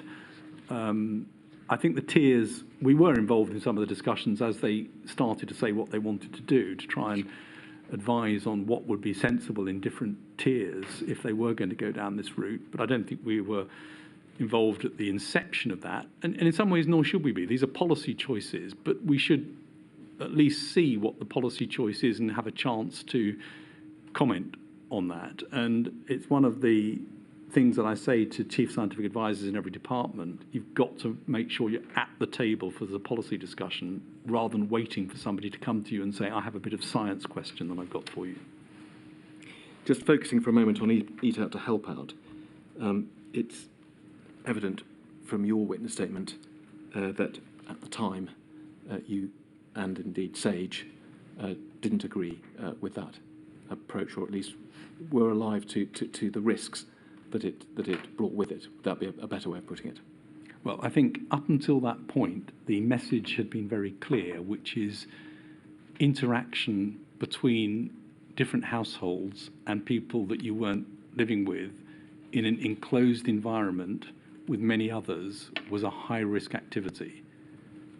That policy completely reversed it to saying, we will pay you to go into an environment with people from other households and mix in an indoor environment for periods extended over a couple of hours or more. And that is a completely opposite public health message as a result of that. Now, it's quite likely that had an effect on transmission. In fact, it's very difficult to see how it wouldn't have had an effect on transmission, and that would have been the advice that was given had we been asked beforehand. Yes. Well, let me just take you to your statement, if I may. It's paragraph 648, page 209. It's the last sentence or so. You say, as I've discussed, Sage, this is the point you've just made, was not asked to provide advice ahead of the Eat Out to Help Out scheme being introduced. And then you say this, but I think it would have been obvious to all involved that our advice would have been that this was likely to increase transmission of the virus. We can hold that in mind. Can we look at a paragraph of Mr. Sunak's witness statement, please? Thank you. And it's paragraph 317. And Mr. Sunak says, throughout the period at which Eat Out to Help Out was in operation and immediately prior to its implementation, I don't recall any concerns about the scheme being expressed during ministerial discussions, including those attended by the CMO and, no doubt, he means the GCSA. That's you. There's a certain inconsistency between your statement where you say that you think that it would have been apparent to everyone that you opposed it, and Mr. Sunak's statement where he says that you never objected to it. Well, we didn't see it before it was announced. I think others in the Cabinet Office have also said they didn't see it before it was formulated as a policy. So we weren't involved in the run-up to it. And around that time, lots of measures were being released, and you'll see repeated references in various minutes and notes and emails, and indeed, I'm sure in my private notes, to our concern that people were piling on more and more things and that this would come to drive R above 1. And I think that was discussed at Cabinet as well, that was the concern we had. So I think it would have been very obvious to anyone that this was likely to cause inevitably would cause an increase in transmission risk. And I think that would have been known by ministers. And Mr. Sunak? If he was in the meetings, I can't recall which meetings he was in, but I'd be very surprised if any minister didn't understand that these openings carried risk. Yes, thank you, Sir Patrick. I'm about to move on to another topic. Yes. Certainly, Mr. Vallance. 2 o'clock, please.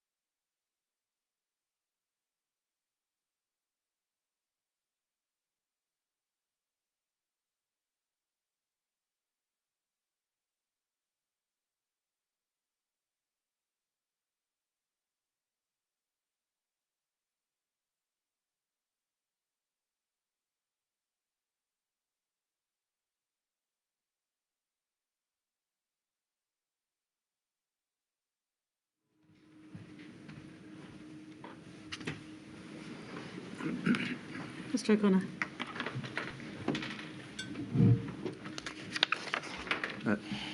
Sir Patrick, one of the matters we touched on this morning was the question of the advice other than sage advice, covering areas such as economics and societal issues, and how that fed into policymakers, both privately and publicly.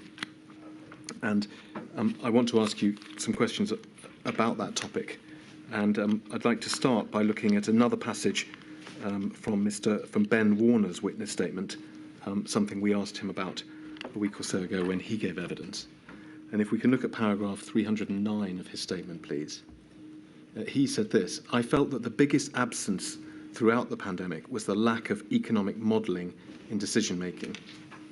HMT, that's the Treasury, responsible for economic modelling, has a strong set of policy officials, but when it came to my interactions for all aspects of my work in government, I found that HMT was severely limited when it came to specialists in science, advanced analytics, technology or data." So Mr. Warner's view was that this was an important gap in the larger picture. That may be very much the same point that you were making in one of your notes.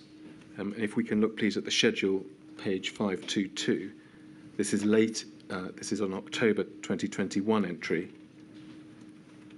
where you say, economic predictions, HMT saying economy nearly back to normal and Plan B would cost 18 billion, no evidence, no transparency, pure dogma and wrong throughout. Now, Sir Patrick, that may be one of those comments which is towards the frustrated late at night end of the spectrum. But am I right that essentially you're making the same point there as Mr. Warner was about the problems with economic advice feeding into decision making? Well, so I agree. That's probably the late night frustration comment. But I did think that there was a lack of transparency on the economic side, and it was difficult to know exactly what modelling had been done and what input there'd been to various assertions and comments made. And that made it very difficult. And of course, it wasn't publicly available either. And that created, I think, an imbalance where the science advice was there for everybody to see. The economic advice wasn't, and it wasn't obvious what it was based upon. And it therefore unduly weighted the science advice in the public mind, I think, and created a real problem in terms of how decisions could be made. I did try to suggest that an economic advice group similar to SAGE was set up, and indeed had one meeting where we brought people together, but it wasn't pursued. No. Well, I'm going to come to that in a moment, and we'll look at some documents. But before we do that, I think what you're describing is, if you like, two different problems, albeit perhaps come from the same root. One is, which we can all see, there was an imbalance in terms of the public perception because, on the one hand, SAGE minutes were being published, and certainly there was no similar exercise with anything to do with economic advice or modelling. So, as you say, an imbalance there, and that led to the sort of public perception that you've described. But there's a second issue which I want to press you on, which is, well, was it just an imbalance publicly, or was there in fact a lack of or deficiency in the advice, the economic and other advice that decision makers were receiving?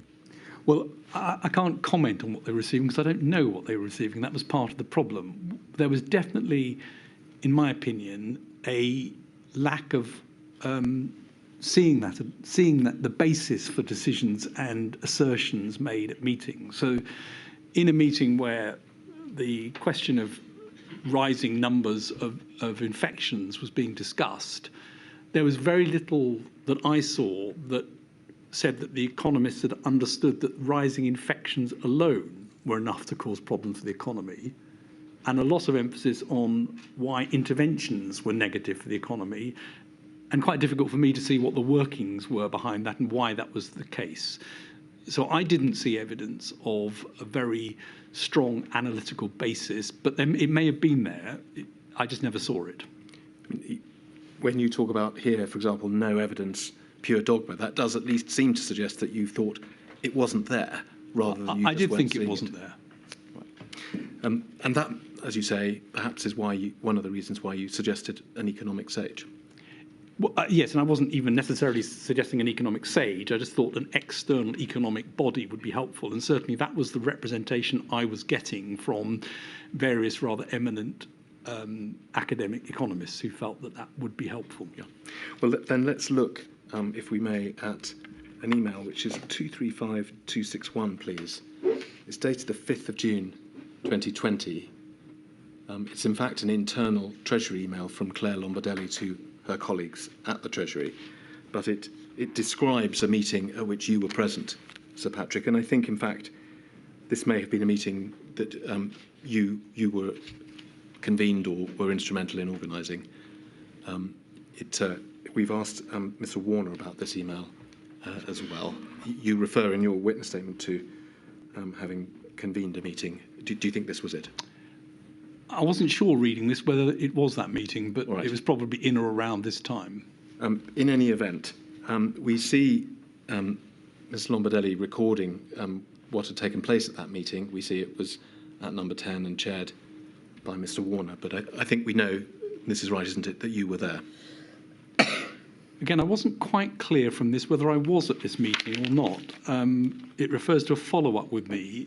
I certainly don't think Ben Warner would have been chairing the meeting that I organised. I think that was a separate meeting probably, because I think it was chaired by Yes. possibly Claire.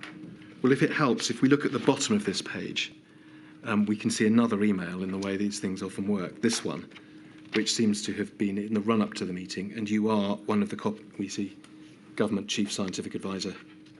Okay, well, that with Tim Besley and Nick Stern I was involved with, for sure. So that was a preparatory step to the meeting, so it looks like perhaps you were there. In any event, let's not worry too much about that, because I want to ask you about the substance of Ms. Lombardelli's email. So if we can go back up to that, please. Thank you. She says the discussions felt very familiar. The economists all did a very clear pitch on smarter NPIs being able to deliver the same level of virus control at lower economic cost. And then there was a general conclusion by economists that the economics is not being considered enough, and a desire for a place to bring this together, and three options. First, an economic sage. Secondly, a single model. And lastly, something more informal. She then says the economists obviously killed the single model. Just pausing there. We've heard some evidence from members of SPI-M.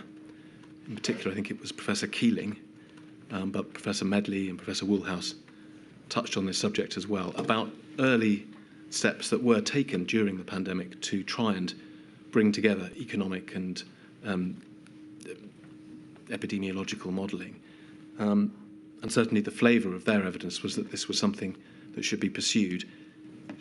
Do you know why it would be that economists are don't take kindly to this idea, and what's your view about whether this is something that should be pursued in the future? Well, I'd like to deal with that in two parts, if I may. I think that there should be in the UK an academic centre for pandemic preparedness, and I've put that in my witness statement. And I think such a centre should be very multidisciplinary, and in such a centre, I can absolutely imagine how economists, mathematical modellers, infection social scientists could get together and work out whether there is a way of modelling this, and that would be a very important thing to try and do. So on that level, I agree it's worth exploring. On the question of whether there should be an economic sage, I think there's a very grave danger in having a group that tries to integrate the very thing that ultimately is a ministerial trade-off decision, and one that is an important democratic area. So I would not be in favour of having an integrated single model, for the reason that it then tends to put out the answer which it can't possibly do. And given what I know about the uncertainties in infectious disease mathematical modelling and the uncertainties in economic modelling, I suspect there would be one almighty uncertainty that came out at the end of it. So just to be clear, I think what you're saying is that as far as the modelling is concerned, that is something that should and could be pursued to see whether it's possible. Yeah. And certainly the evidence we heard from the modellers was that if that is to be pursued, then I think their phrase, it should be done between pandemics rather than during a pandemic. And that maybe take us back to the type of institution or academic body that you described. Switching focus to the SAGE idea, I think what you've said is that you are against the idea of, as it were, adding an economic strand to the existing SAGE. Is that Yes. your? What about separately having a separate body similar to the existing SAGE, which is more focused or entirely focused on economics, which may have been the suggestion here? Which I think that sounds sensible, and it's one thing that I would support. But, and I want to be an important caveat here, I'm not in Treasury. I don't really understand all the sources of advice they've got, and it may well be they've got similar advisory mechanisms going on. If so, I didn't see them. So on the face of it, I would be in favour of an economics SAGE type activity. You are in favour now, and I think it was the case, you said in your statement, you were in favour Yes. 2 years ago or so, 3 years ago, when this was discussed at the time. The message in the email is that this is an option that was going to be taken forward. We can see there it says it was agreed that Ben Warner would follow up with individuals, including you.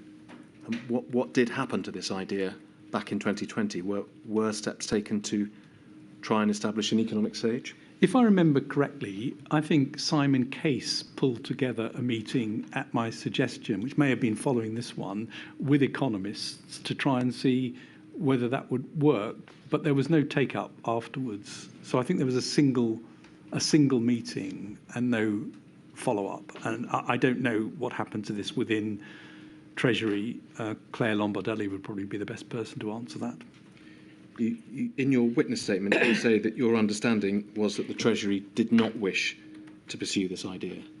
Well, that seemed to be the case. I can take you through it if you like. I don't know if you've looked at it, but as an IFG report that was published recently puts the position slightly more strongly in that and said they understood that the Treasury vetoed this proposal. Is that something that you can speak to? Or? I don't think I was aware that there was a veto. I mean, I was aware that nobody really wanted to do it, but I don't know whether it got as far as a sort of concrete written proposal and somebody said no.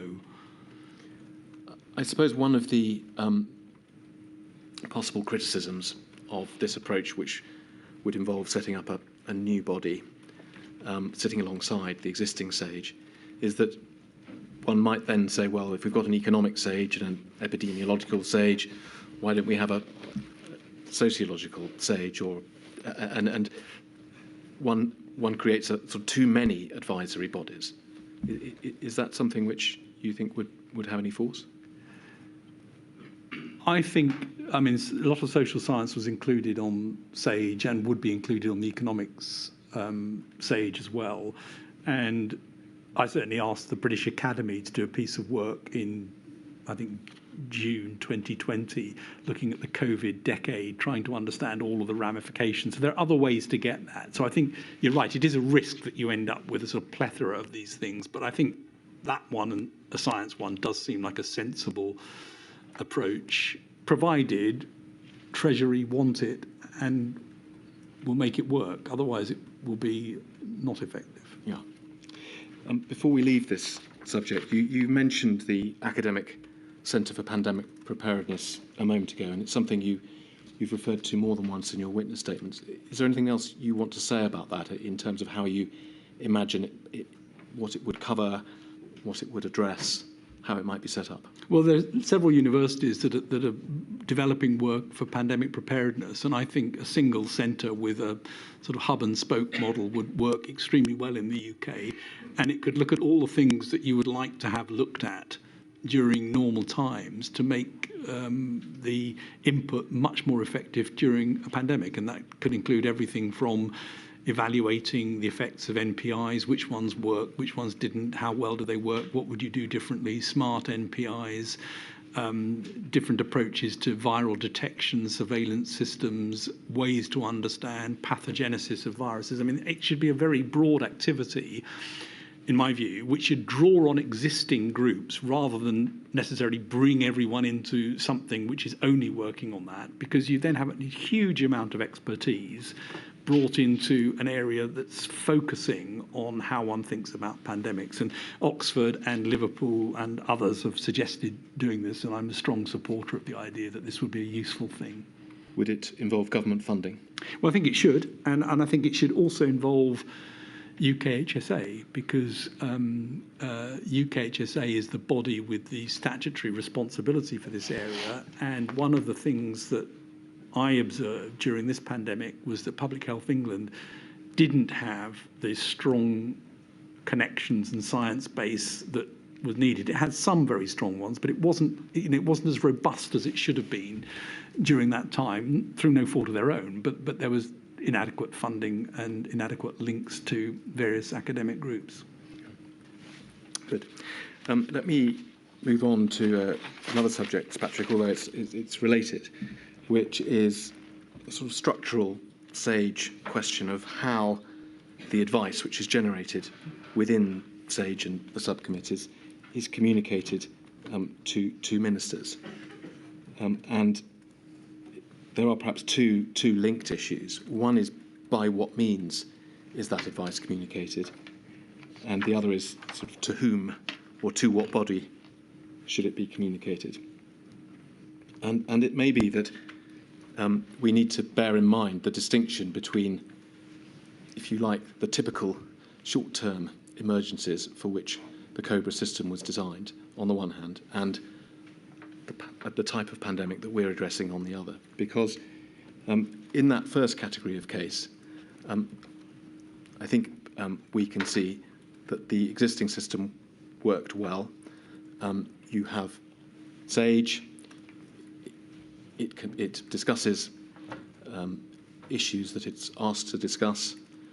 It can produce a minute, and then the chair of SAGE, you or another, can convey that information in a fairly straightforward way to a COBRA meeting.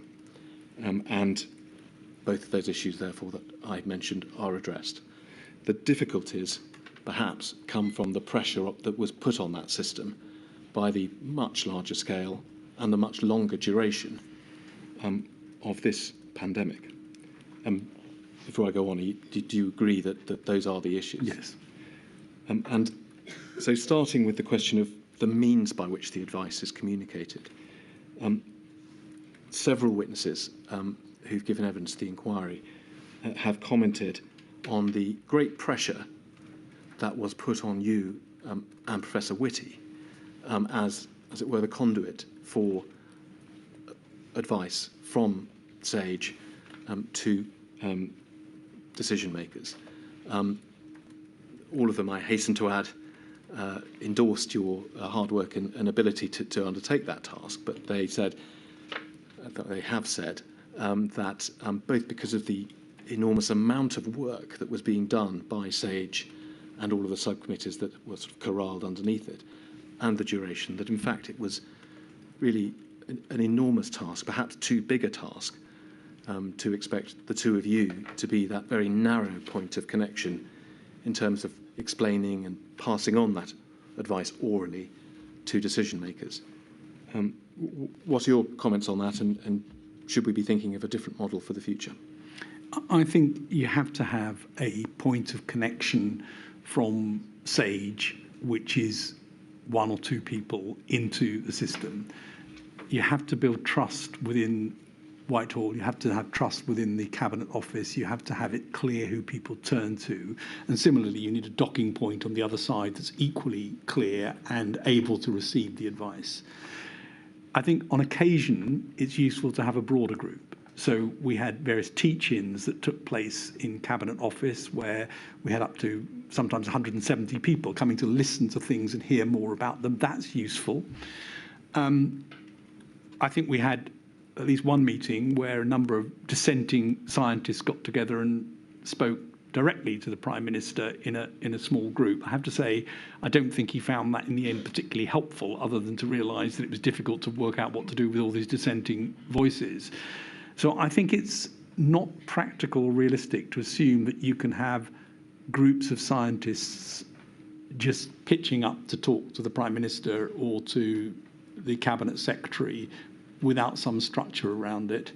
I do think that we could have benefited from an occasional step back meeting, and this is something I did certainly during peacetime, where we bring in a few scientists to speak to the Prime Minister on a particular topic to give him, in that case, a chance to ask questions that perhaps he might not want to ask in a bigger group. I think that is something that's worth exploring a bit more, but I think it's not practical to assume that you could have a group of modellers going in to speak to the Prime Minister and getting a sort of sensible sort of interaction.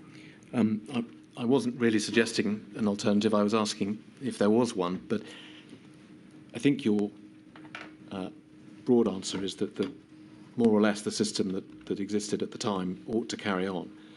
But just to press you on that, we've already noted that we as a country were very lucky that the two individuals who, Chief Medical Officer and Government Chief Scientific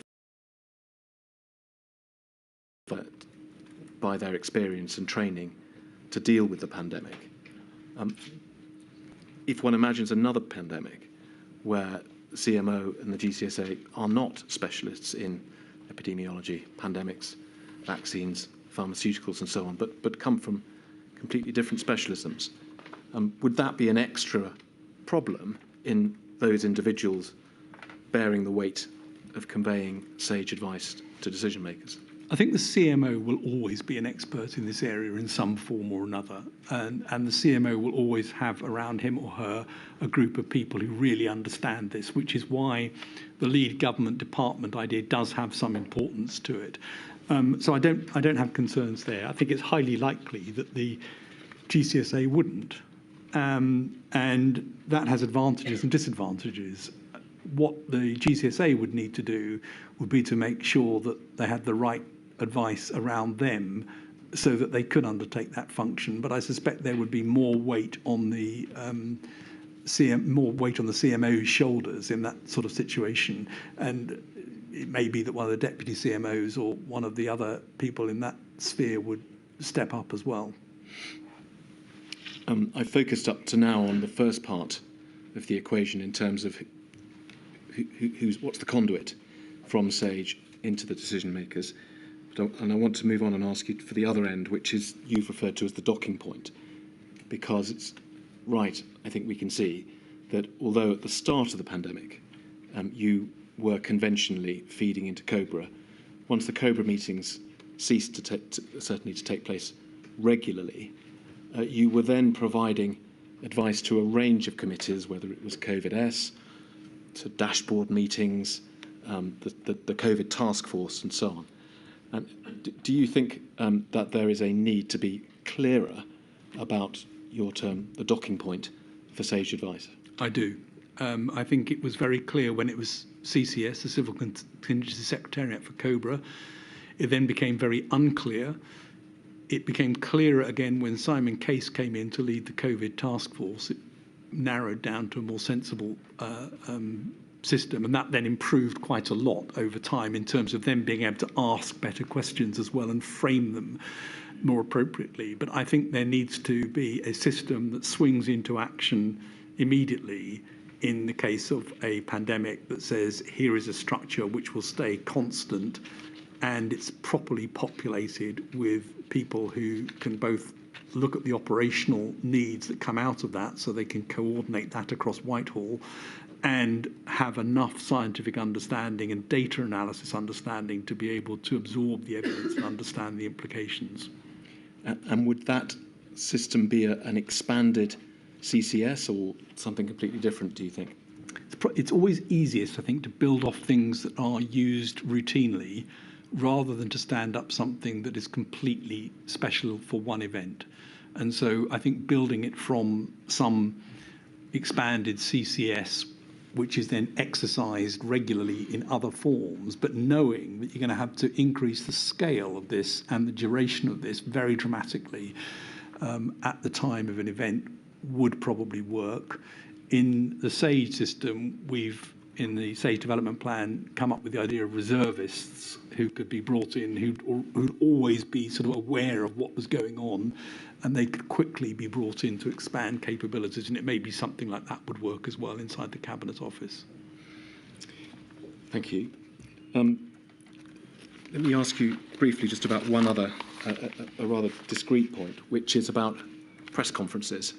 Can we look, please, at paragraph 743 of your witness statement, page 235?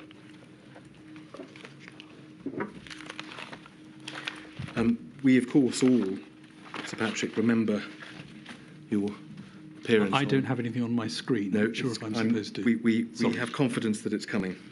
There it is. We all remember, Sir Patrick, the press conferences at which you and Sir Chris Whitty were regular, albeit not permanent, attenders. In this paragraph of your witness statement, you say, we can see here, picking up the end of the second line and going on, this was not a role that you sought, but you were asked to do it, and you did. The question I want to ask is whether, looking back over the whole run of the couple of years when you undertook this task, you think that it was a role you were able to fulfil without blurring that line, or at least blurring it too much, between your independent role to give advice and the government's role in setting policy and announcing it?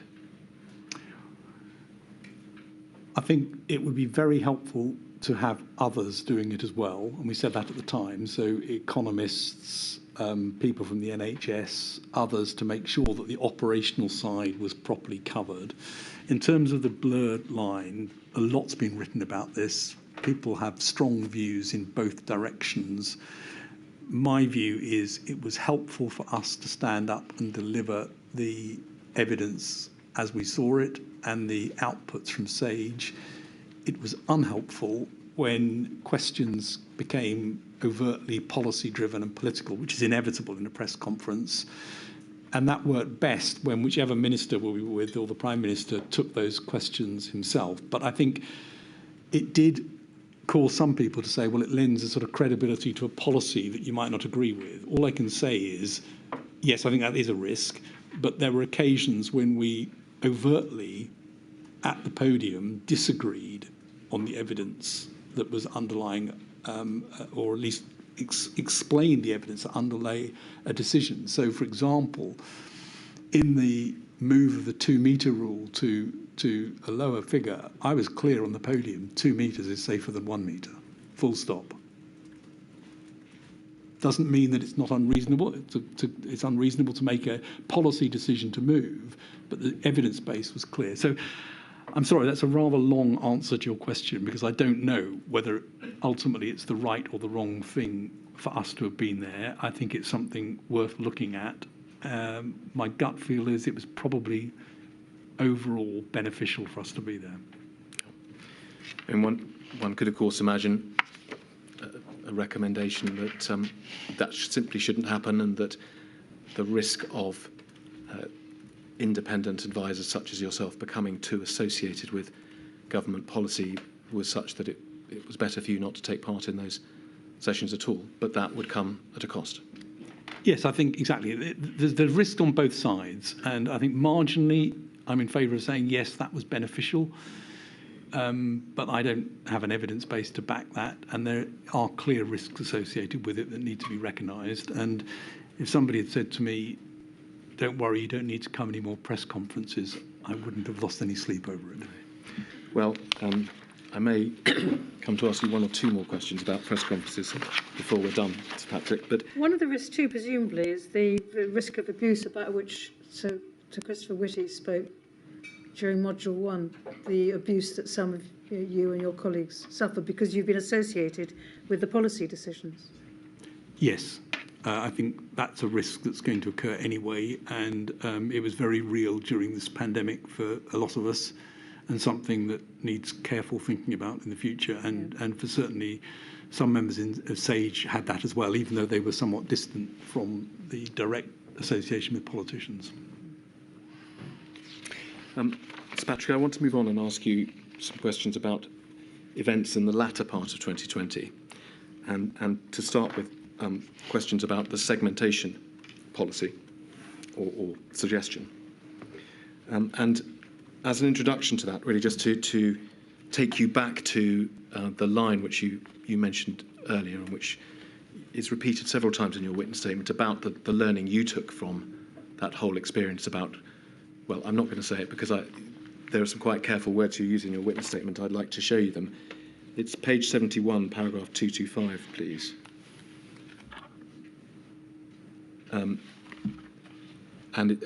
We see about 4 lines down, you say, the most important lesson that I learned and stated repeatedly from the first lockdown onwards in respect to the timing of interventions was that you had to go earlier than you would like, harder than you would like, and broader than you would like. Sometimes people talk about that as go early, go hard, but it's not quite what you say there, is it? And I think the difference is important. Can you, just in a few sentences, explain this thinking and how your thinking about this developed during the pandemic? Well, as I mentioned, in the first wave, I think we didn't go early enough, and and there was a trickle in of measures when I think we should have gone with more measures simultaneously.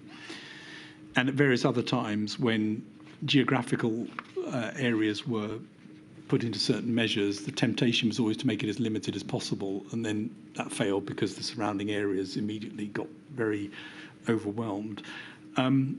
So my rider that it's than you would like to is very clear, and that is because the observation I made was that everyone's instincts is not to do any of these things. It's to delay just a bit too much. It's to argue that the measures shouldn't be quite as strict at the moment, or to argue, and we saw this very clearly during October, and I think it was October, where every MP argued that their area shouldn't be in a higher tier, they should be in a lower tier. So everyone's arguing to do things just a little bit less than they should do. The result of that, particularly, and this is important, particularly when there's a high prevalence, and it's worth remembering there was a high prevalence for a lot of that period, means that you tip over into an R above 1 and then you grow. And so I think this is an important thing, and it's partly my psychology, which is than you like to, and partly just the reality that these things need to be taken into account. Yeah. Now, I said that we were starting a discussion about segmentation, which was a suggestion championed by, amongst others, Professor Woolhouse. And you will know that he has another sort of approach which is similar, perhaps, to what you've described, and I want to explore how different it is. His approach is the earlier you impose an NPI, the less restrictive it needs to be, and therefore he is very much in favour of imposing moderate NPIs as early as possible. Now, at first blush, that's not the same as go sooner than you like, harder than you like. How much difference is there between those two ideas?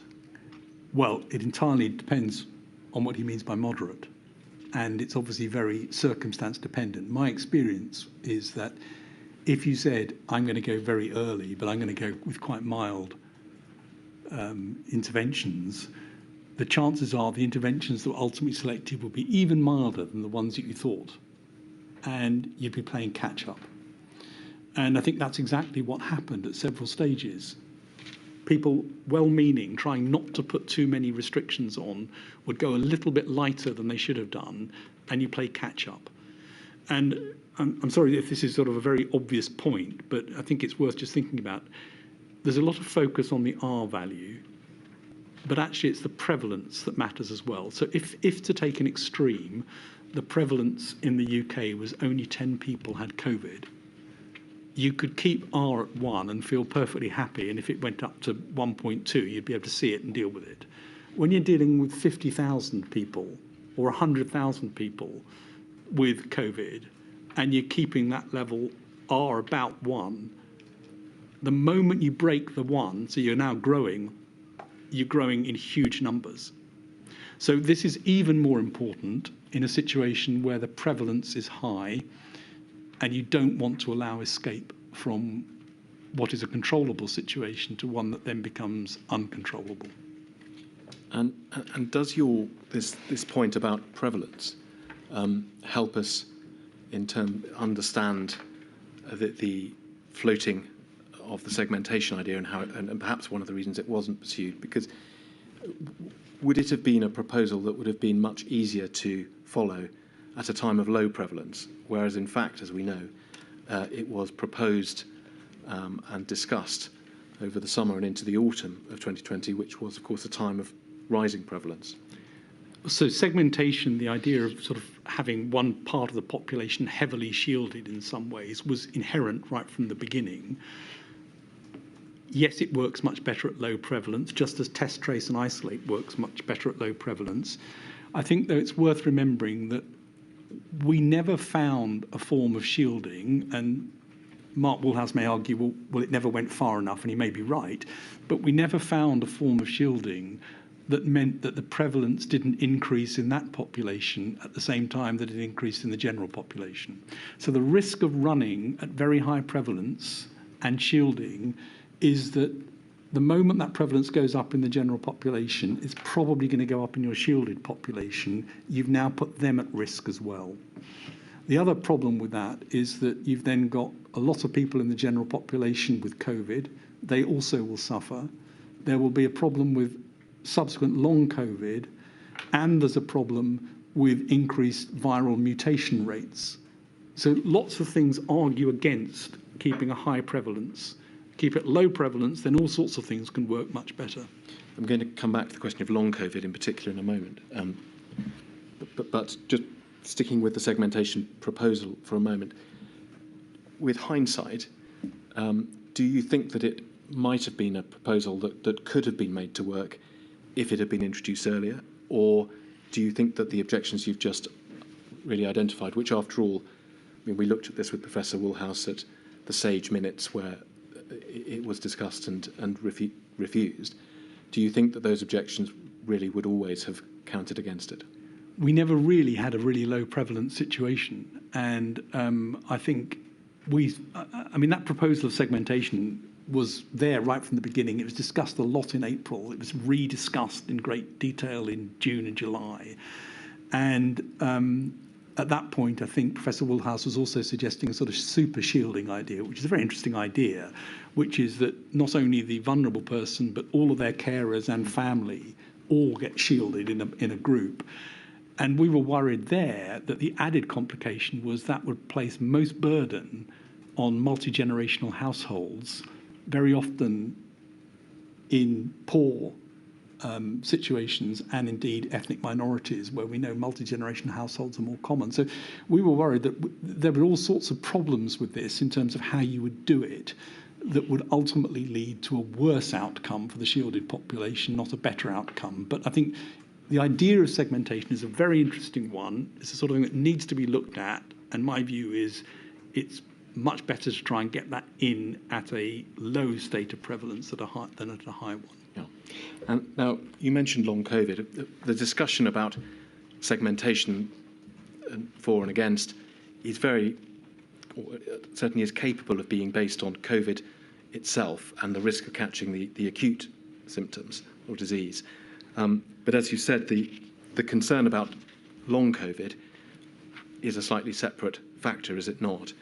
And we can see, if we look at the schedule of your notes, if we go to 159, yes, this was something that you were concerned of at the time.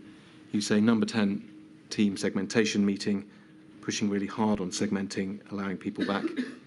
We explained, 1, young still get ill and may get long-term effects. Is that a reference to long COVID there? Yes. And then we see that you refer to some of the other problems that you've just identified. And indeed, you also refer to long COVID. We see another reference in your notes. If we look at page 210. Now here you are addressing the Great Barrington Declaration, which, just to be clear, is a very different beast to the segmentation ideas that were being developed by Professor Woolhouse. Is that right? Well, they are related. I mean, there was part of what was being suggested was segmentation and then allowing the levels to rise in other groups. The Barrington Declaration was at one end of that, which is a complete let it sweep through everybody else.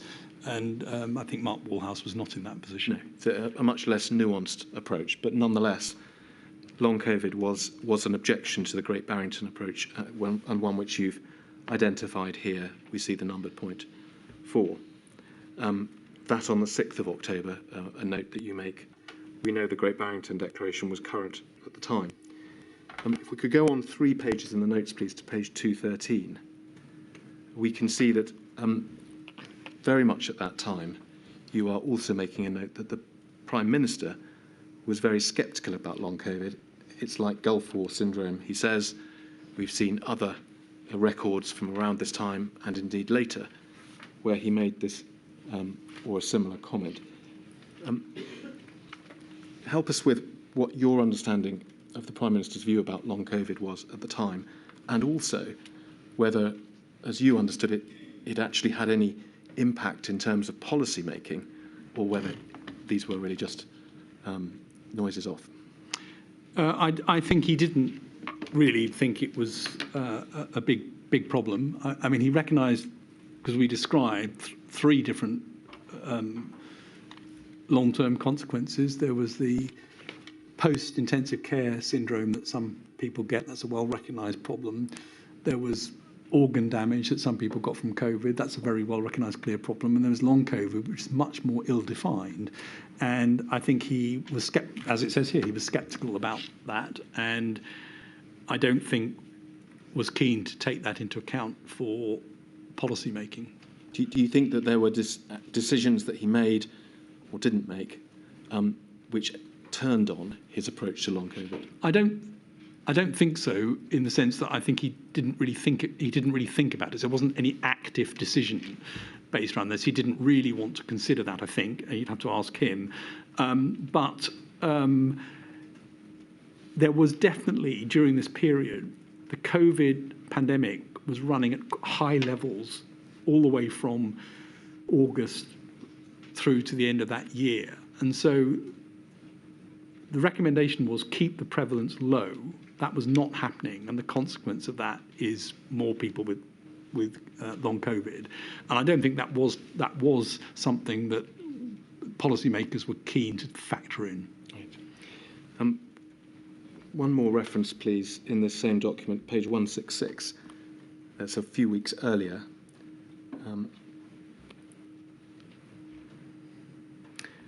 Here we see Matt Hancock, as you say, explain things well for once and remind them about long COVID. So can we take it that Mr. Hancock was understanding and alive to the issues of long COVID at about this time? It certainly sounds like it from that. There are many other entries in your diaries which refer to Mr. Hancock, Sir Patrick, and you will know that some of the evidence the inquiry has heard from others is that they did not find during this period Mr. Hancock to be a reliable, trustworthy colleague. I don't want to take you through a whole load of unnecessary references. Perhaps you can summarise your understanding, your experience of working with Mr. Hancock in this sense. I think there's one entry which I would support, which I think he had a habit of saying things which he didn't have a basis for. And he would say them too enthusiastically, too early, without the evidence to back them up, and then have to backtrack from them days later. I don't know to what extent that was sort of over-enthusiasm versus deliberate, but I think a lot of it was over-enthusiasm, but he definitely said things which surprised me because I knew that the evidence base wasn't there. Said things that weren't true. Yep. Returning just briefly to long COVID, Sir Patrick, and looking a little further ahead, as we know, and I'll come to ask you in a moment, later on in 2020, there was the second lockdown, and then the third lockdown in early January 2021. And moving forward still, a process of unlocking and removing restrictions as one went into the spring, early summer of 2021. One of the risks that was going to be faced by the population at that stage, in particular perhaps the younger population, was a risk of long COVID. Do you think that that risk was flagged sufficiently, taken into account sufficiently by policymakers in that later period?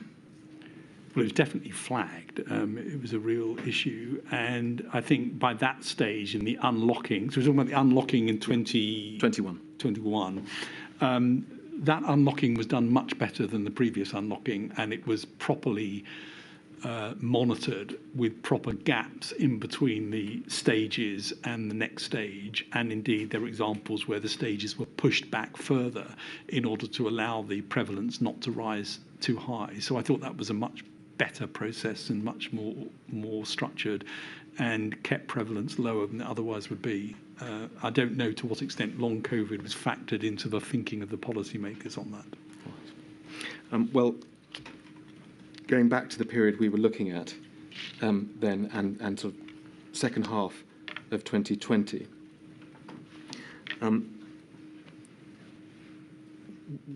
we know, we've seen references in the diary notes and so on that we've looked at. You've explained prevalence was increasing over the summer and into the autumn. The mechanisms that were put in place to react, tiers, rule of six and so on. You make clear in your statement that from sort of late September, the view that Sage was expressing was that there ought to be some sort of circuit breaker, at least to try and create a pause and to reduce the prevalence. Is that a fair summary of the sort of general position towards the end of the year? And then what I want to do now is look at a series of entries in your notes to try and understand the sequence of events running up to the second lockdown.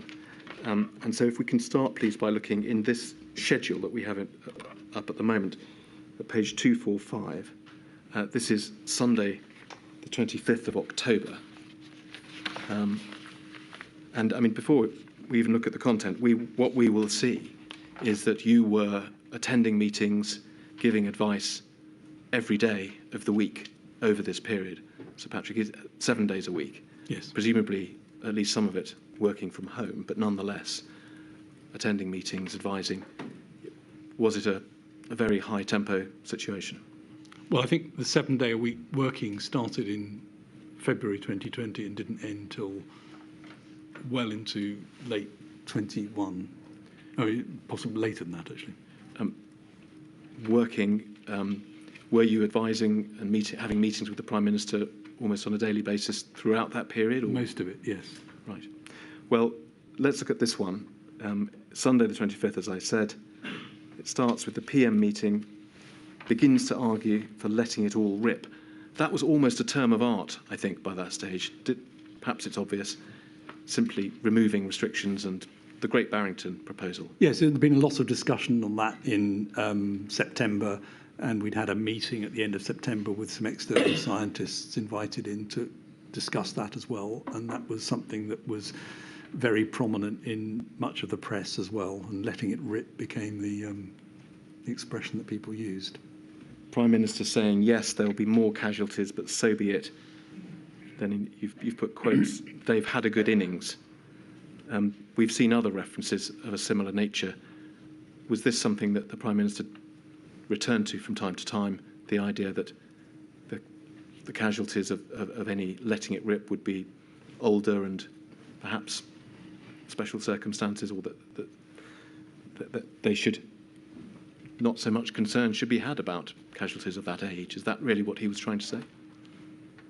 I think it's important to note that he might easily have said the following day, I want no deaths at all. Well, we'll come to that. I mean, yes, he must have said that on that day. I mean, we see a few lines down, you've put PM then back on to most people who die have reached their time anyway. Would these be examples of perhaps little notes you made at the time and then... These are probably scribbled notes I wrote on papers of this meeting. A few lines down, PM concludes, looks like we're in a really tough spot, complete shambles. I really don't want to do another national lockdown. This 25th of October, so for about a month, would it have been by then that the sage advice essentially had been that a circuit breaker lockdown was needed? And then DC, I'm looking at the last 9 now, DC, Dominic Cummings says, Rishi thinks just let people die and that's okay. And then this feels like a complete lack of leadership. Is that your comment at the end there? Yes, I think so. I mean, perhaps it's obvious. Again, tell us, is this one of your late night furious thinking, or is it something you would stand by now? Well, it must have felt like a complete lack of leadership on that day, and reading it feels like quite a shambolic day. And to put things in context, that's Mr. Cummings saying that was the thought that let's let people die. It's not necessarily, you didn't hear that from the Rishi Sunak himself. That is what Dominic Cummings said. Reported, yeah. Yes. Let's just move on in the sequence, please. And to do this, let's go into the transcript so we can see a sort of full record of your notes rather than just extracts for this next few days. And because, as you say, there were changes. So if we can look at the 280061, page 240, please. Yes, thank you. So we see a date which is just disappearing off the top, the 26th. So this is the next day, the Monday. And as you say, Sir Patrick, it appears the Prime Minister, you've recorded, in fact, he's in a different mood. Terrible, terrible, terrible numbers. Says we need to do local lockdowns fast, foot to the throttle, accelerate. He's so inconsistent. So previous day, letting it rip. This day, something very different by the look of it. Yes. And then, if we can go on to the next page, please. There's a similar observation. On Sunday, all the Prime Minister wanted was a sense of mutually incompatible outcomes, said Simon Case privately. That's to you, I take it. I think that must have been in a call with me. Owns something for a day and then changes. That's his comment. A couple of lines further down, we're now into the next day, the Tuesday. You record the number of deaths. This takes us back perhaps to a comment you made this morning, which is to compare what was happening in October with what was happening in the run-up to the first lockdown, when, of course, there were far fewer deaths at that stage than there were by then. I think on the 16th of March, there was something like 51 deaths. And now we're talking about nearly 400 per day. And your observation, everything we said is happening and still no action. Is that a reference to advice you'd given? Well, tell us, dating back how long?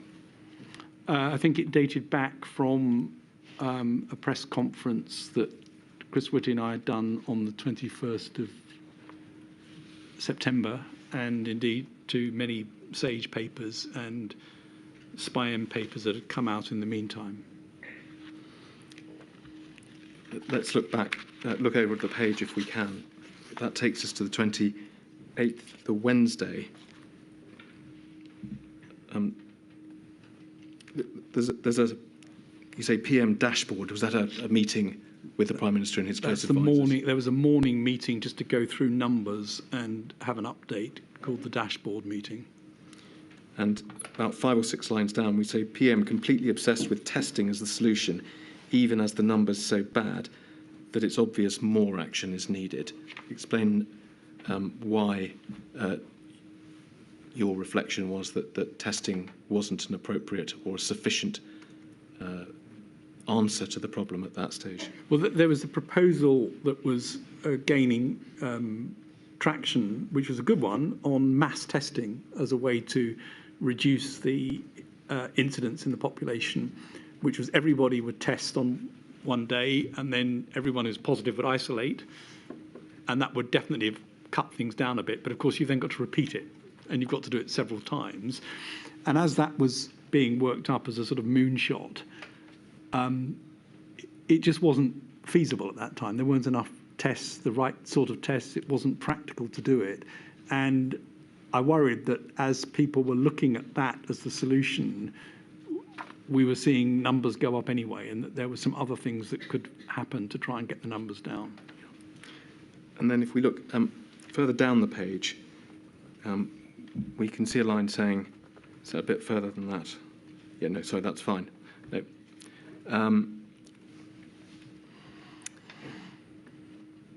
3 lines up. The Prime Minister, resistant to national lockdown, wants to continue with regional.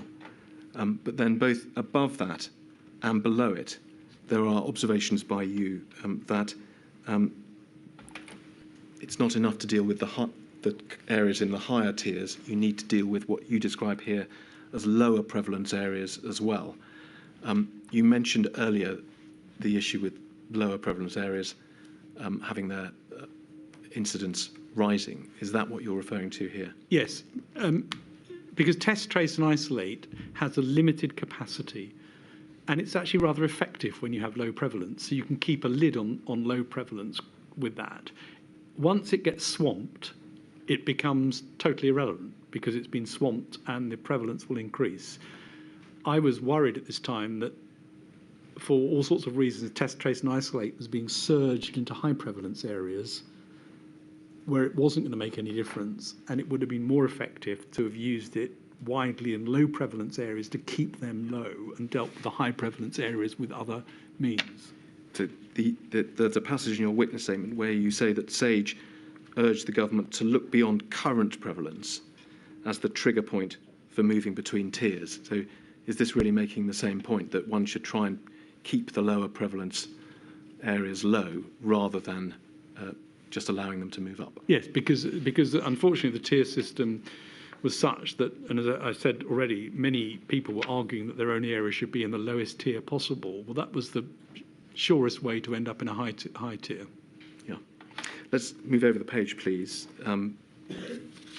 We're still on the Wednesday, and about 3 lines down we see you've made a note. France and Germany have acted. France, I think, took our circuit break idea and applied it. We sent them the papers.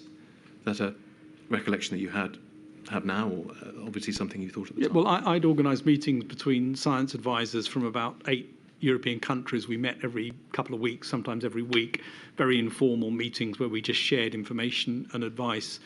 And we often shared papers, and they'd asked us about the circuit breaker idea, and we'd sent them the papers. I have no idea whether it is what triggered them to take action or not. Just above the redaction, towards the bottom of the page, we see here an extract we looked at earlier.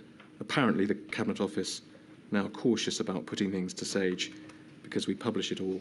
That's a very bad outcome. It's notable that this happened at this time of increased tension. I think you said earlier that you weren't convinced that, in fact, anything ever came of that concern. Did you, in fact, think that at this time there were things that you might have been asked about but weren't because of this caution? I suspect, and I'm sorry I can't remember, that I would have had a direct conversation with Simon Case and said, that's not okay. Right. We've got to see things, and I don't think that I don't think Cabinet Office ever did not bring something to us because they were worried about it, but clearly there was a mood that it might happen.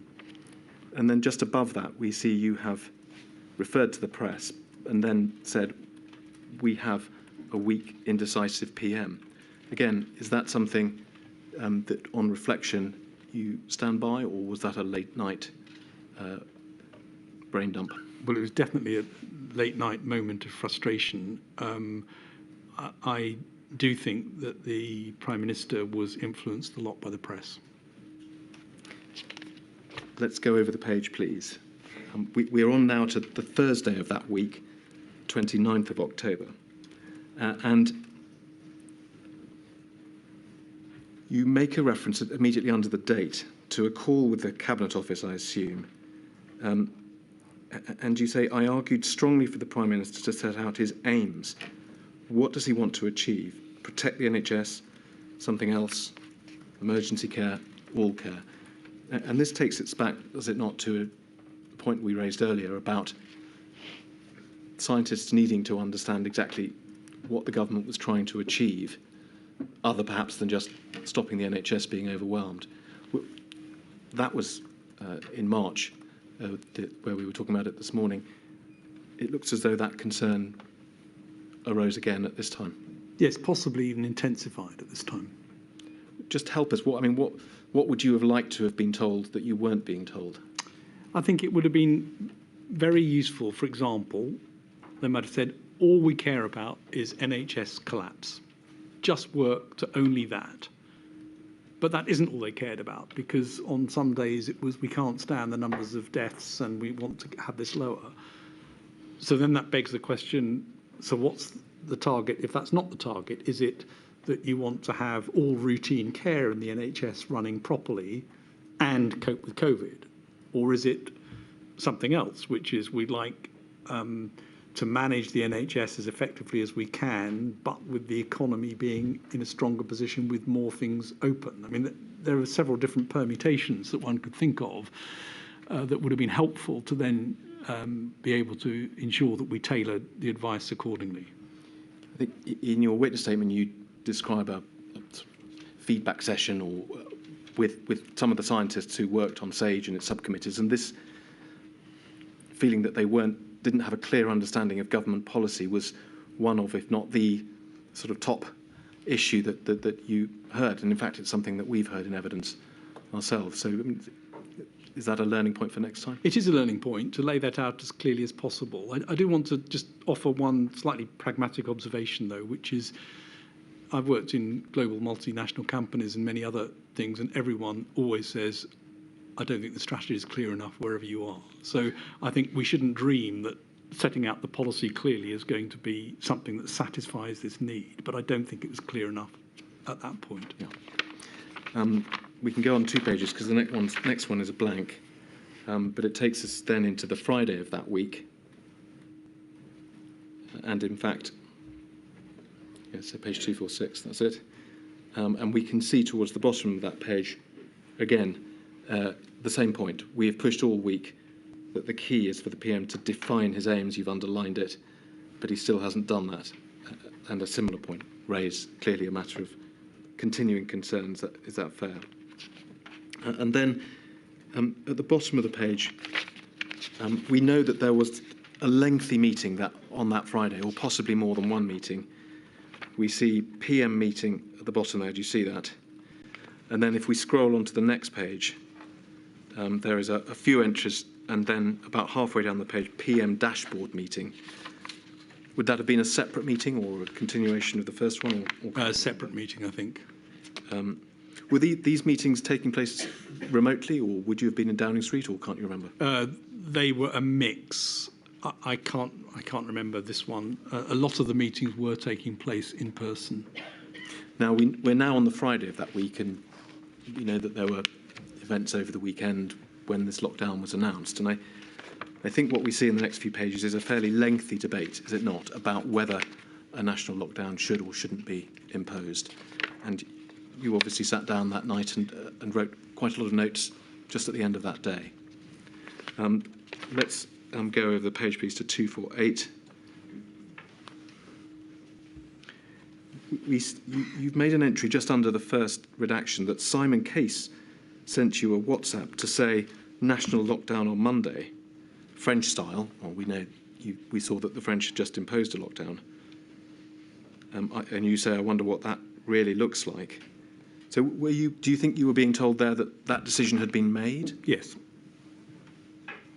Would that have been during the meeting or that you were in? Or No, it must have been in another meeting that I didn't know about. I see. Because you then carry on describing a meeting with the PM, and we see you refer there to graphs on projections that suddenly got given to the Cabinet Office without me seeing them, and they will become significant over the next day or so, will they not? And then a couple of lines further down, Prime Minister says, we need to act, French-style national lockdown. So again, it appears that a decision was being made, but the notes that follow suggest that there may have been a certain amount of toing and froing. Can you help us? Well, it looks from this as though the decision probably had been made in another meeting, and there have been weeks of build-up to what needed to happen. This meeting sounds like it was an update on the situation, and the PM reiterated what Simon had already told me in a WhatsApp was going to happen. Because if we go over the page again, and we're still on that Friday. I think that's Homeric logic at the bottom of that Yes. page is a mistake. Not Humeric. There's then a discussion where, amongst other things, the Prime Minister talks about a painting. But about 4 lines down, you see the Prime Minister then argues that letting it go may be the better economic route. And further down the page, just falling off the bottom at the moment, so the case is weaker if we're just arguing about saving lives, as they're all very old anyway. So on that argument, on that basis, it would seem that a decision hadn't been made at that point. Or is that not right? That's what it looks like. Were these records recording the sort of toing and froing of the arguments at the meeting? I think I was just recording, as far as I can tell from what was written, exactly what happened over the course of the day, with things changing from meeting to meeting, depending on who was there and what had happened in between. And you weren't clear whether there was going to be a lockdown or not, presumably? No, it looked like there was, but it was difficult to tell. And then over the page, someone has said, these are truly horrible decisions. Dominic Cummings says the only reason not to do it now is if you won't ever do it. Prime Minister says, should we just level with the public, say we'll tough it out and tell them there will be deaths? And Lee Cain, who's given evidence to this effect, essentially says there needs to be a lockdown. I don't see any world in which we don't act. And then going over the page one more time, still on that Friday, you say meeting ended with no decision and going round in circles. Too many unknowns. We need to look in our windscreen, avoid a car crash. Deaths will be unacceptable, and so on. Although then further down the page again, 28-day lockdown. We're obviously just looking at your notes, Sir Patrick. The notes convey a suggestion of a great deal of indecision on that day. Does that align with your memory? I think this was a time of, this was almost a microcosm of what had been going on for the previous weeks, with the incidence, prevalence and R changing a bit and people moving from one position to another. And the Prime Minister would take a certain position in one meeting and then perhaps another one later on. And sometimes I think was also trying to test people's positions and find out whether they really held to what they were saying. But these meetings largely looked to me like they were meetings that probably Chris Whitty and I were there to provide information as requested rather than as active participants in what was a policy discussion. What we know, and you described this in your witness statement, is that that night, that Friday night, there was a leak. And so the next morning on the Saturday, there were reports that a lockdown was going to be ordered. And there was then a sort of hastily arranged press conference. If we go over to the next page, you record that in your notes. This is now Saturday the 31st. Frantic day, whole thing leaked into the media. Everyone can see action is needed. Some people are pushing hard against it. We suddenly have to do a press conference today. Why not keep it quiet, get it right over the weekend, and then announce properly on Monday? It's clear from the tone of this that you felt, perhaps had obviously been the case, somewhat sort of bounced into making an announcement. Well, or being part of an announcement. Yeah, being bounced into the press conference. So the sequence was that a graph that had been to SPI-M had been taken from SPI-M directly into number 10 that we were unaware of. I think Ben Warner took it in, and we got rather sort of blindsided by this having been shown to the Prime Minister and the number 10 team on Friday. And we, at that time, said, I think you shouldn't take too much notice of this graph because it's a reasonable worst-case scenario. You should look at the 6-week medium-term projections, which was showing exactly where things were going and were much more reliable examples of what was happening, which is pretty grim. And then overnight on Friday, having the policy people having made the decision they were going to do a lockdown, that was leaked. The decision was leaked to the press. Yeah. And then if we look on the next page, we come back to this slide point that it says the PM has latched on to that and the one of the NHS collapsing as the reason for doing it. And he was furious that he'd based a decision on a slide that that's you, was now having to slightly row back from. And you describe it there being a sort of demand, a requirement from number 10 that the slide be used in the press conference. You subsequently, in a subsequent note, say that you said it shouldn't be, but in the end you were persuaded that it should. Now, this incident has become the subject of some debate. So tell us in your own words what the rest of that part of the story was. Well, so we were called in to do the press conference, Chris Whitty and I, and we were then in a room for 3 hours or 4 hours, I think, when the Prime Minister was making calls to various backbenchers and other people and then at the press to try and get people on the right side to that decision. As I said, we'd been clear the night before that this slide was a reasonable worst-case scenario, and that's not a good thing to show on a press conference because it's so complicated to explain what a reasonable worst-case scenario is, and that we should simply only show the medium-term projections, 6-week medium-term projections, which made the case. And Simon Stevens had also said the NHS is going to collapse if we don't do something. And we said that's an important statement. It would be good to have Simon standing at the press conference saying that, if that's the case. Those 3 or 4 hours we were in the room waiting, the message came back several times that the Prime Minister felt that as he had seen this slide, it was only right that the public saw it and that we had to show it. And I think in the end, we agreed that I would show the slide, but try and move on to the medium-term projections, which were the real thing. And I think that argument, I've seen it, therefore the public should see it, carries some legitimacy. With hindsight, was this one of those moments that we talked about earlier where you, as sort of an independent advisor to the government, was being drawn uncomfortably close to being aligned with certain policy decisions? Well, maybe. I mean, it was a slide. I did check because the slide had appeared from, as I say, nowhere into number 10. I did check with the Spy and people that they would stand behind this slide, and it was the right slide, and it had got the right validation through Spy M. So there was nothing wrong with it in terms of its sort of scientific origins and its validity. It was more of, I just didn't think it was a sensible thing to show at a press conference because these are complicated things to explain, reasonable worst case scenarios, and it wasn't really the issue. The issue is what's going to happen in the next 6 weeks, not what a theoretical, unmitigated scenario looks like over the next several months.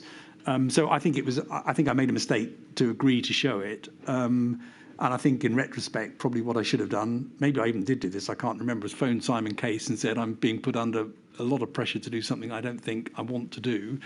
But I didn't have any worries about its sort of scientific legitimacy. It had come through a proper process and was a reasonable slide. I just thought it was not a sensible slide to show. Subsequently, did the modellers, the people who had provided you that information, did they stand by that slide, or did they subsequently start to suggest that maybe their modelling wasn't quite what you had thought it was? Well, they stood behind the fact it was the reasonable worst-case scenario from 3 weeks before, and that's what it showed. And like me, thought that's not the one you'd want to be showing today.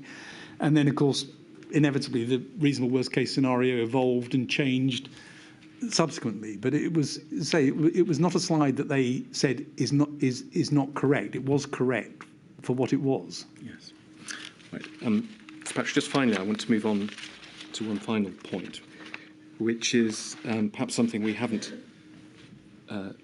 dealt with as fully as we should have done, which is I've asked you a lot of questions about the SAGE structure, committees, the advice, and so on. You, of course, were a paid civil servant. You were doing your job in everything that we've described. But it's also right to say, isn't it, that that whole structure of advice below you relied on voluntary assistance from expert scientists who took time away from what they would otherwise have been doing voluntarily unpaid to feed into that system. And as you said to my lady, in some cases at least, suffered some difficulties as a result of that. As with other aspects of the SAGE system, this was another example of the system being tested in a way it hadn't been tested before. Is that element of the system, the dependence on unpaid voluntary assistance, viable in another pandemic? Can I just make one other comment about the slide, which is after the press conference, the Prime Minister said to me, you skipped over that pretty quickly and went on to the other ones, didn't you? And so was he right? Yes, and I caveated it very heavily. I do think that there was an extraordinary effort of altruism from scientists right the way across the country to work on this unpaid, gave up their normal work, all hours of the night and day, some of them, and some of them subject to abuse and physical threat. And it was extraordinary to see it, and a fantastic example of why funding a broad research base in the UK, both academic and industrial, is important for the resilience and success of the country. So I thought they were fantastic. I think we put too much on them, and some of them we needed to, I think, give more breaks than we did, and we should have implemented a payment system to backfill teaching commitments and so on, which we did, but it was difficult to get that going in the middle of a pandemic. We did get it going. All that said, I think the mechanism, i.e. to pull on world-leading active academic researchers, is the right one, rather than to build a big intra-government infrastructure to do this. I think that worked, and we were very fortunate to have the level of input, skills, debate, dissent, challenge that we had as a result of that. So I'm not sure I would dramatically change that beyond things like make sure we get the diversity right, make sure we get the geographical diversity right, make sure we have ways to pay people so they can backfill teaching, and make sure we provide both psychological and security support for people. Sir Patrick, thank you very much. Those are all my questions. Thank you very much. We'll take a break now, and I shall return at 3:30. And I can undertake, Sir Patrick, I'll almost do a United States Supreme Court and stop people in mid-sentence. We will definitely be finished by 5 o'clock at the very latest. I'm sorry it's such a long day for you. All right.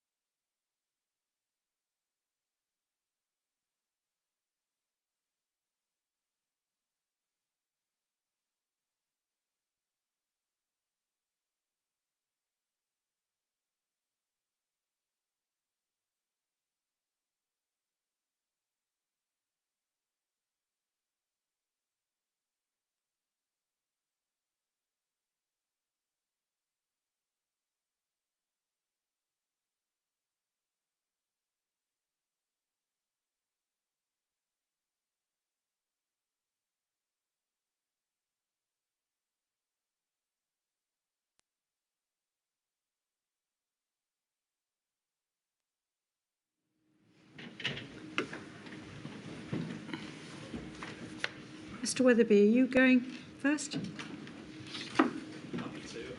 So I meant to check when we had the break, and I'm afraid I forgot to do so.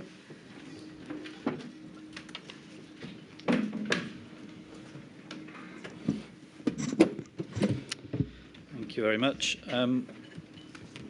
Sir Patrick, I represent the COVID bereaved Families for Justice UK, representing bereaved families from across the UK.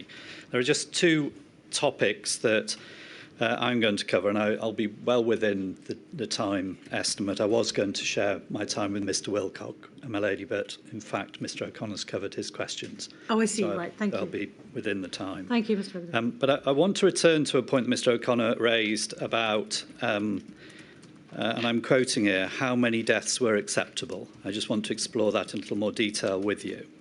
So in your statement, that's the term that you use, and the context of it is the middle of February of 2020. And you observe that this is a question that was put to ministers but never answered. And today you very fairly indicated, of course, it's a very difficult question for an elected representative to actually come out and answer. But nevertheless, it's a central point for you as a scientific advisor, isn't it? It is, because a lot follows from that. Indeed. And it's so central that by April, you and I think Professor Whitty provided an advice paper about different approaches, and you refer to it in your statement as hot or cold policy or somewhere in the middle. And you're explaining to government there in April how important it is that, first of all, they have a strategy, but also that you as advisors know about it. Yes? Yes. And that question was never, in fact, answered through the whole period, was it? No, not with any specificity. And that's why, again, going back to your statement, and just for the record, paragraph 406, you're dealing with the lessons learned, in fact, from the second lockdown. Your first observation is that the first lesson that should have been learned was the same as should have been learned from the first wave: go earlier, harder and broader on the introduction of MPIs. Yes? That's a clear lesson that was learned. And then your second lesson was where you return to this issue and you say there was a need to establish, quote, some greater degree of clarity on the level of mortality or morbidity the government and society were willing to accept for an epidemic, unquote. And that there is bookending it, February, and then looking at your observations on the second wave, the same concern. You're not being provided with the strategy, and that makes it much more difficult for you as advisors to give advice in good time so that swift, real-time, efficient and effective decisions can be taken. Is that a fair summary? I think it was illustrated in the quotes that Mr O'Connor showed of me asking what is the Prime Minister's aim and objective. Yes. So the answer to my question is yes. Yes. That's the problem. I'm going to come to just one more of those messages in a minute. But before I do, in order to give proper scientific advice, you've got to research, you've got to model, and that's the only way that you can provide very fast, real-time advice. Is that right? Well, the only way to provide real-time advice is to build on the knowledge you have at that moment. Yes, but in the context of an overall strategy. Yes. So eat out to help out. You've already told us that you didn't know anything about the this policy decision until after it had been taken. Correct. You've also told us that it inevitably increased the number of infections, and therefore it must follow, mustn't it? It must have increased the number of deaths. It's highly likely to have done so. And you say, paragraph 348, just for the record, that you have, quote, no doubt that the decision makers would have understood the general advice that I and others had given before the introduction of the scheme, that it would increase viral transmission and potentially quite substantially, unquote. So you're saying there that although you weren't asked to advise, you've no doubt that those who took the decision understood the general points about the increase of transmissibility. Is that right? I think I answered that earlier on as well, that it must be the case because it was a complete sort of turn on its head of the public health advice. And then in the next paragraph, you go on to say that these principles, and I'm quoting, these principles were clear and had been discussed with ministers and cabinet, unquote, and that, quote, it was entirely predictable, unquote. So you're not leaving much room for doubt about the not only the effect of Eat Out to Help Out, but also the fact that ministers were aware of what its likely effect would be when they took a decision. Well, that was certainly my view when I wrote this. Yes. That's very clear. Thank you very much. The second point relates to a notebook entry, your diary entry of the 11th of October. And it's again picking up from a topic that Mr. O'Connor's dealt with. And I do want to put this on screen, please. It's INQ 000 273 901, page 220. And I think it bears reading. Press conference tomorrow, 11th of October 2020. Press conference tomorrow. I'm now dropped in favour of CX. That's the Chancellor of the Exchequer, yes? Yes. Good. They need to understand and own the decisions they're making. COVID-0, being asked to approve the measures knowing that it's not enough. Gave the example that Bolton worked, but only because hospitality fully closed. This is a massive abrogation of responsibility. And then, I won't read the next bit, but you go on to deal with individual ministers and what you thought of their position was. And then you refer to the fact that this is relating to, I think, a Zoom meeting. And you say, whilst waiting, someone clearly not on mute, baby crying, and then she starts singing The Wheels on the Bus, somehow symbolic of the shambles. PM said on call, the package we have as a baseline is unlikely to get R less than 1 unless local leaders go further. Hancock says, this is our last shot at avoiding national lockdown. Meek as mice from cabinet ministers. Now again, for context, this is referring to the fact that COVID-0, the ministerial and officials meeting, had been looking at a package of measures which were not consistent with the September SAGE 58 meeting advice. And that advice had been this robust call for a circuit breaker and a suite of MPIs, given the exponential resurgence of COVID at that time. Is that right? I think this is a discussion of tiers, if I'm correct. And it's a very clear statement that the tiers were not going to be strong enough to keep R below 1. Yes. As the Prime Minister says. Yeah. So your frustration here is that SAGE has given forceful advice that what is actually required is a circuit breaker. And COVID-0 are still discussing with ministers directly involved about trying to make an alternative suite of measures work. And your frustration is that they're ignoring SAGE and trying to follow a course that won't work. I think the message is not so much around a circuit breaker as the tiers need to be stricter at the top end if they're going to have an impact. And this is me in the evening referring my frustration that that's very clear, and the Prime Minister says as much. R will not go below 1 unless local leaders go further than the tier system. Okay. So, but you're expressing a very strong view here, aren't you? First of all, that the press conference, which you thought you were down to do, was now going to be dealt with by a minister, the Chancellor, Mr. Sunak. And you were happy about that because you didn't want to be putting across this view that was contrary to the scientific advice that had been given to government. I think these are different sections stitched together, so I'm not quite sure how they flow on in terms of things. But yes, I mean, I wouldn't have wanted to be in the press conference, and I would have said, R will not be brought below 1. I think I did at other press conferences. Yeah, so you're clearly saying that ministers should own the decisions where they're standing away from the scientific advice that you were being conveying to them. That is the case. Yeah, yes. And you were saying in forthright terms a massive abrogation of responsibility. That's the only way you can read that, isn't it? Yes, I mean, again, that's obviously what I thought that night when I wrote these notes. Okay, well, again, that's very clear. Thank you. Finally, this. Can you just help us with the last sentence? I mean, the baby crying and the wheels on fire, wheels on the bus might be quite clear, but what did you mean by Hancock says this is our last shot at avoiding national lockdown, meek as mice from cabinet ministers?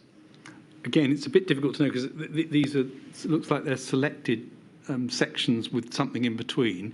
I'm sure that that's a reference to Mr. Hancock saying at the cabinet meeting, this is the last shot at avoiding a national lockdown, and probably trying to implore his colleagues to go further. And it sounds like there wasn't much of a cabinet discussion. Yeah. Yes, thank you very much. Thank you, Mr. Weatherby. So no questions, Mr. Alcott? No, my lady, they were covered by Mr. O'Connor. Thank you very much. Ms. Gowman. Oh, I'll find you. Thank you, my lady. Sir Patrick, I ask questions on behalf of COVID-19 bereaved families for Justice Cymru. My questions are centred around the interactions with the devolved administrations, and in particular Wales. Firstly, focusing on your role as the chair of SAGE, please can we bring up Exhibit 216615?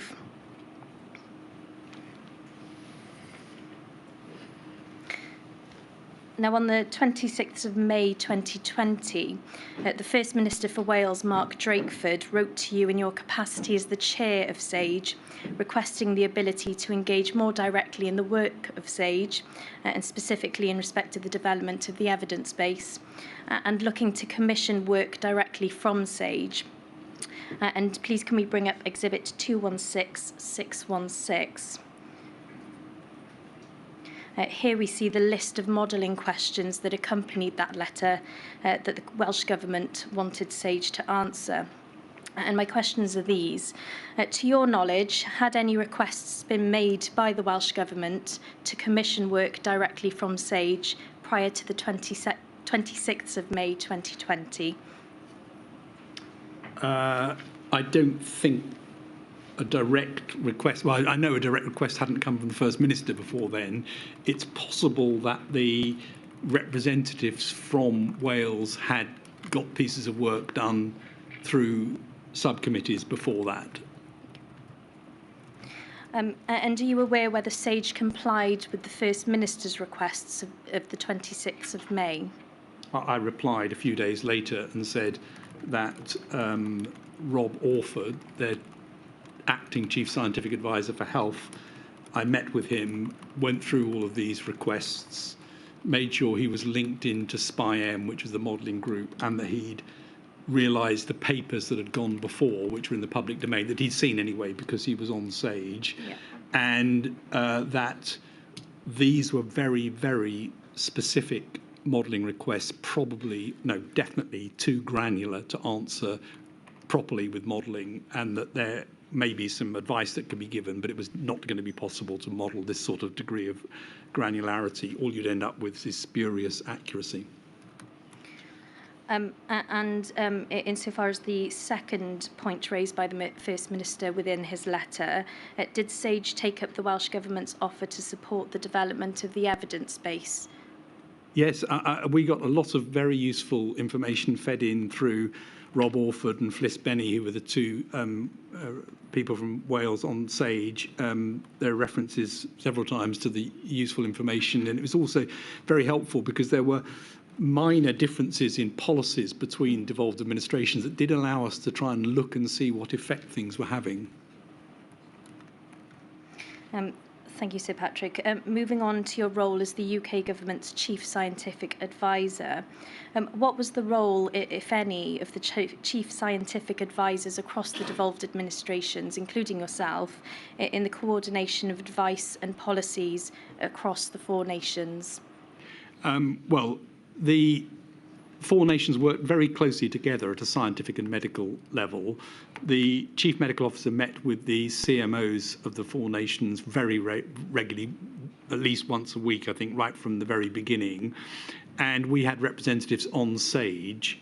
I also had a direct, long-standing relationship with the Chief Scientific Advisors for Scotland and Wales, one of whom was involved in COVID and one of whom Wales decided wasn't involved in COVID and suggested Rob Orford and Fliss Benny be linked to SAGE. So I think we had them involved in SAGE. We also created a SAGE chairs meeting where specific things were brought up relating to devolved administrations and others that could then be put into the work plan.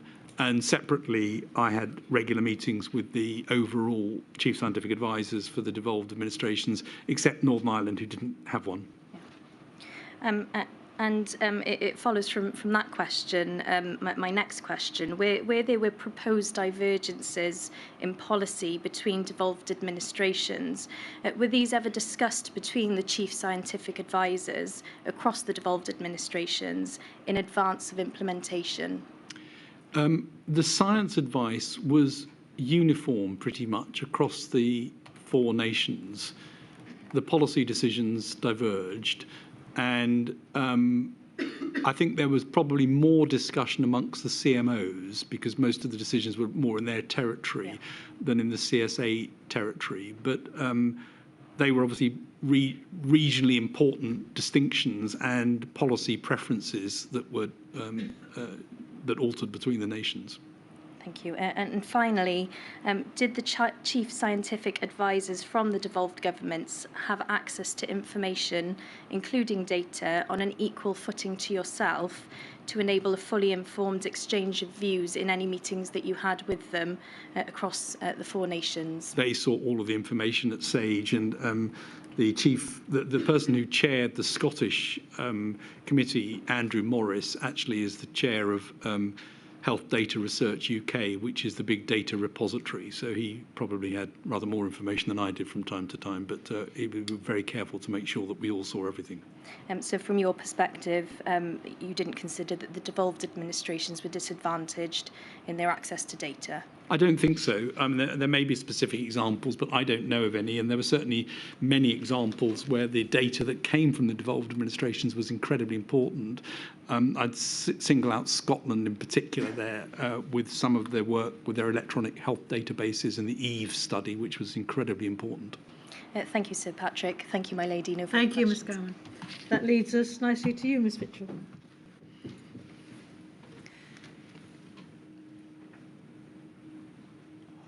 Sir Patrick, I appear as instructed by Amar Anwar and Company on behalf of the Scottish COVID bereaved. And just perhaps taking things out of order, but as you spoke there about Eve 2, it might be best if I can take you to one of my questions on that. In the course of giving your statement to this inquiry, you said at paragraph 45H, that doesn't require to be brought up unless you would like it, that you said that data that you got from Scotland included electronic health records and the Eve 2 studies, which you considered was very useful and provided rapid information. Firstly, can you assist the inquiry with what the Eve 2 is? And then also, can you explain to the inquiry why it was particularly useful? So the EVE studies were run by Aziz Sheikh from Scotland, and it was a very effective way of looking at electronic databases held in Scotland and health records to give early signals on things. So we got information from there, everything from rates in Scotland, early indications of changes, through to very important data on the vaccine efficacy, which led to multiple publications in top-tier international journals and was a continued source of helpful information into SAGE and to other bodies. And am I correct in saying that some of the data comes from GP notes, and indeed the data was able, presumably then, to cover what is approximately 98% of Scotland? Yeah, I think Scotland has done over the years a brilliant job of getting health records, both primary and secondary care health records, and linking them. And that's been a piece of work that was done a long time ago, and it really came into its own during this to be able to provide very useful information. Thank you. I wonder if I can now turn to your role in SAGE and ask you some questions about that. The first thing I want to ask you about is, I suppose, it would be informing the policymakers.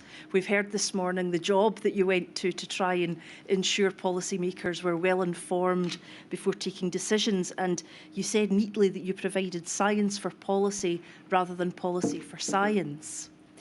You said, and I caught, that you did teach-ins, and those were large. You said, in fact, up to 170 people. I'm obviously assuming these are all online. Was that correct? Yeah, I'm pretty sure they were all online. I didn't take part in them. They were various chairs of subcommittees. So Kath Noakes, who chaired the transmission subgroup, was absolutely brilliant at giving tutorials inside Whitehall. I think they were probably all virtual. My question really then focuses on that particular issue. Were these teach-ins only given within Whitehall? I don't know for sure. I suspect the answer is yes, but I don't know for certain. And the agreement was with the chief scientific advisors and indeed the chief medical officers from devolved administration that they would take the information to the devolved administrations to make sure that people understood it there. Whether they ever got people like Kath Noakes to give the teach-ins to them, or whether they were able to get copies of it, I'm sorry, I just don't know. Would you consider that if policymakers from the devolved administrations were given the same opportunity as policymakers in Whitehall, that would have been of assistance to them in forming their policies? Yeah, I think they were completely open to get it. So what I just don't know is whether the chief scientific advisors from the devolved administrations actioned that to make it happen or not. But it was there and available if people wanted it. And I certainly had a discussion, I can't remember when now, with one of the Scottish ministers directly who wanted to speak to me about something.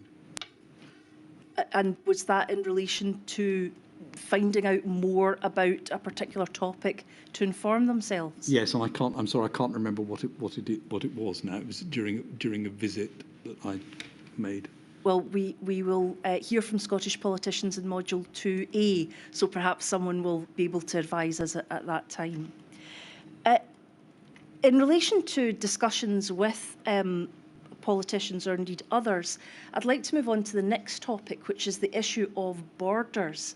Now, in your statement, you speak of borders and you're discussing them in relation to international borders. What I am wanting to ask you about is whether or not there were any discussions about border controls between the borders of Scotland and England, or England and Wales. Our science advice on borders was very clear to stay away from policy, and our advice was really quite simple, which is border control measures are of importance when the country that you are talking about has a much higher prevalence than the current prevalence in the UK or in one of the nations of the UK. And that's when border measures could make a difference. And that in order to be effective, border measures needed to be extremely stringent, and even if extremely stringent, would delay rather than stop importation of cases, and particularly variants was what we were thinking of. So that pretty much was the science advice, summarised rather briefly, but it didn't go further than that. We never said what you should do in any particular border. That was a policy decision. So, for example, when the prevalence of COVID was almost entirely London-based to begin with, based in England, there was no discussion about the possibility of closing the border in Scotland or in Wales? I don't recall that being a discussion, but there may well have been policy people thinking about that. I don't know. But certainly you weren't part of that. I never heard that suggestion. Moving on to my final issue, and that is in relation to the issue of masks in schools. You may recall, Sir Patrick, that the Scottish Government decided masks would be used in schools, and thereafter England followed suit at some point in August of 2020. Do you recall that? I recall that happened, yes. Yes. I wonder if we can have up inquiry number 000273901, pages 148.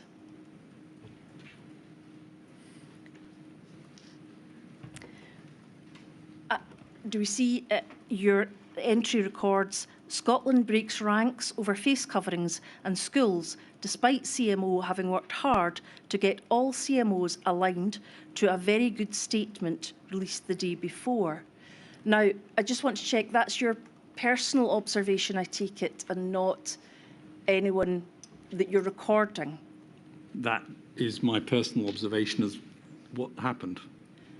I see. And why do you use the phrase break ranks? What I'm really trying to explore is, why was it a good idea to ensure that everybody was doing the same thing? I think this was a CMO to CMO thing. I wasn't really involved in this discussion, but I think the CMOs were very keen that the four nations worked together and that the advice was similar across the four nations. This was medical advice being given, didn't come from SAGE and didn't come from me, but they wanted to work together. They'd reached an agreement and they'd given consistent advice across all four nations. That's obviously the advice. The policy was clearly different. So from a scientific perspective, from your perspective, there wasn't a necessary need to keep all four consistent? We always anticipate, there was a very important need to make sure that we had appropriately aligned science advice where it was right to do so. I mean, it's highly unlikely the science advice would be different in the four nations. In fact, it was hardly different across the whole of Europe. The policy choices are obviously for politicians, and they will differ as politicians wish them to differ. I wonder if we could have that same inquiry number document, page 151.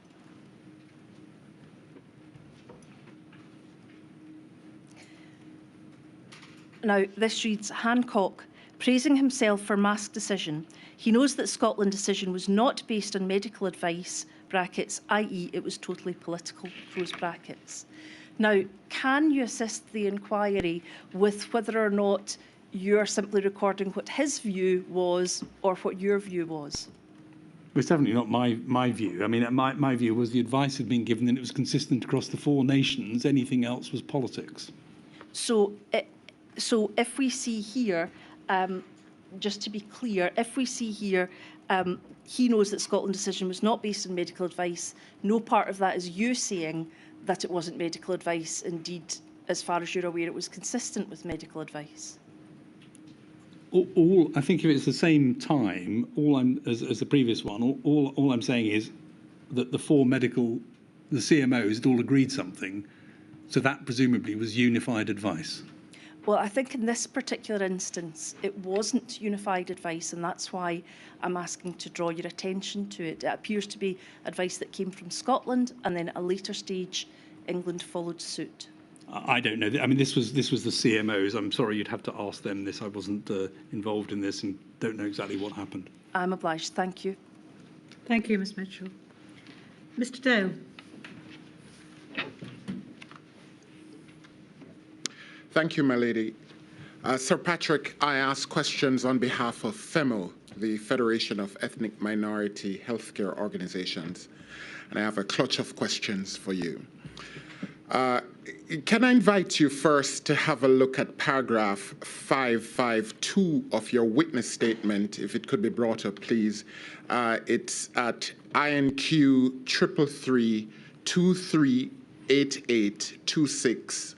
_0180. It's the first paragraph of the section of your witness statement entitled COVID-19 Disparities. And you say this: I was aware that the pandemic and the measures required to tackle it could have an unequal impact. As stated at more than one press conference, the virus fed off inequality and drove inequality. It was entirely foreseeable that pre-existing structural and health inequalities within ethnic minority and other vulnerable groups would result in disparities in risk and outcome. Can I ask firstly whether this clear understanding expressed here formed part of the advice to senior decision makers as you and Sir Chris Whitty spoke with them in the period leading up to the first lockdown in March 2020? I think it was, I mean, this is an historically true statement that pandemics differentially affect the most disadvantaged people, and they drive further disadvantage and inequality. And this is a statement that describes that.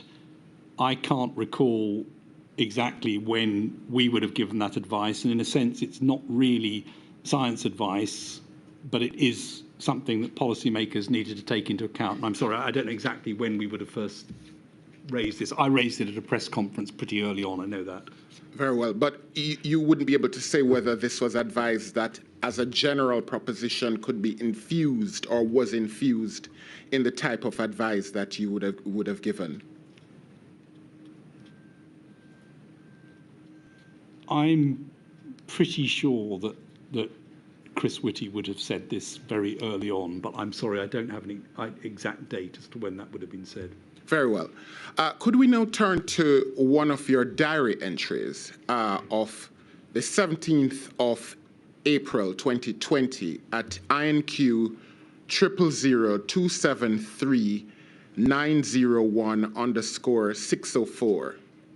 And in the interest of time, I will read what it says. Yvonne opened up the only two areas we agreed to steer clear of: ethnicity, and in bracket, we don't have the answer yet. And she wasn't even asked the question, and I'll stop there. And my question arising from that is, well, first of all, can you confirm that the reference here to Yvonne is to Professor Yvonne Doyle, then the head of Public Health England? Yes, I think she was the medical director at Public Health England. And this was at a press conference where you were both appearing? I don't think I was appearing at that conference. Maybe I was, but I can't remember. Those two were. Maybe I was the third person. Very well. But my substantive question is this. Was the ethnicity issue that you both had agreed to steer clear of the matter of disproportionate death rates among BAME healthcare workers?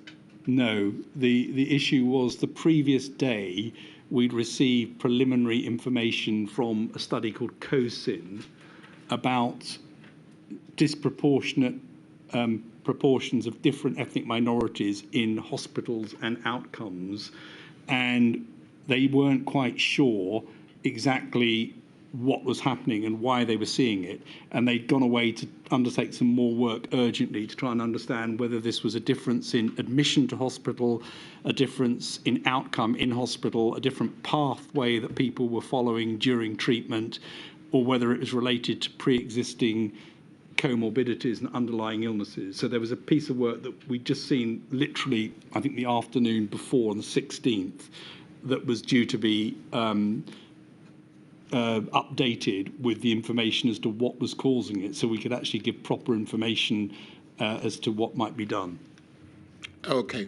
So it was a very specific set of facts or a scenario that you were talking about. That's the reason why you wanted her to steer clear of it. Is that correct? Yeah, because we didn't know. The question that we were trying to address was, to say, what happened in hospital? Was this something that was going on in hospital, that the same proportion of different ethnic groups were being admitted and then the outcome was worse in hospital?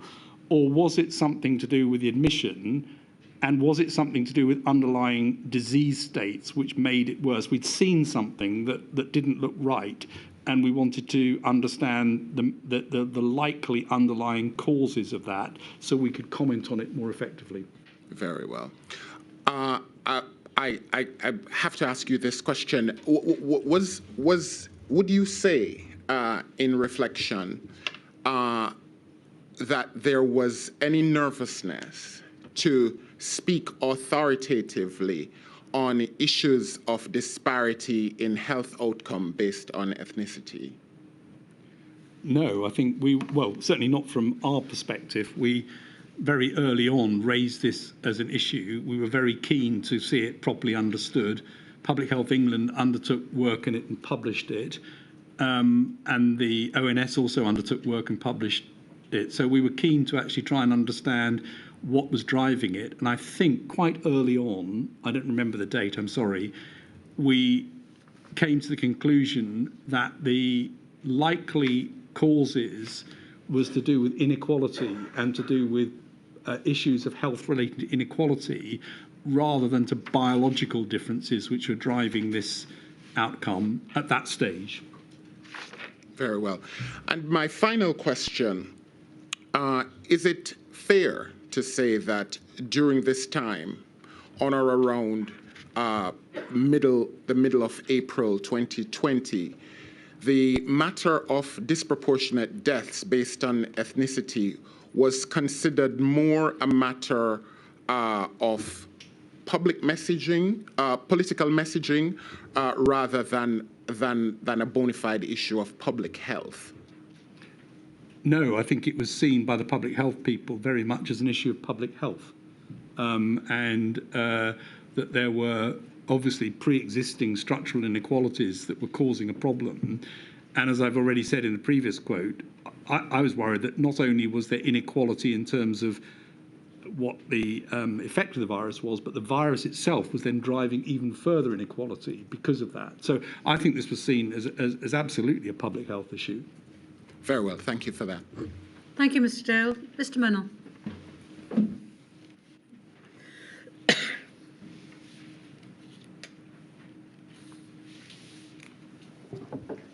Thank you, my lady.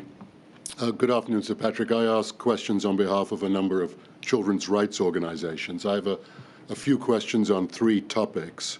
Firstly, the inquiries heard evidence from Dr. David Taylor Robinson, a public health expert, to the effect that social isolation for children is totally different than social isolation for adults, as there are critical and sensitive periods in children's development and windows of opportunity, as he called it, in children's lives that you can never get back.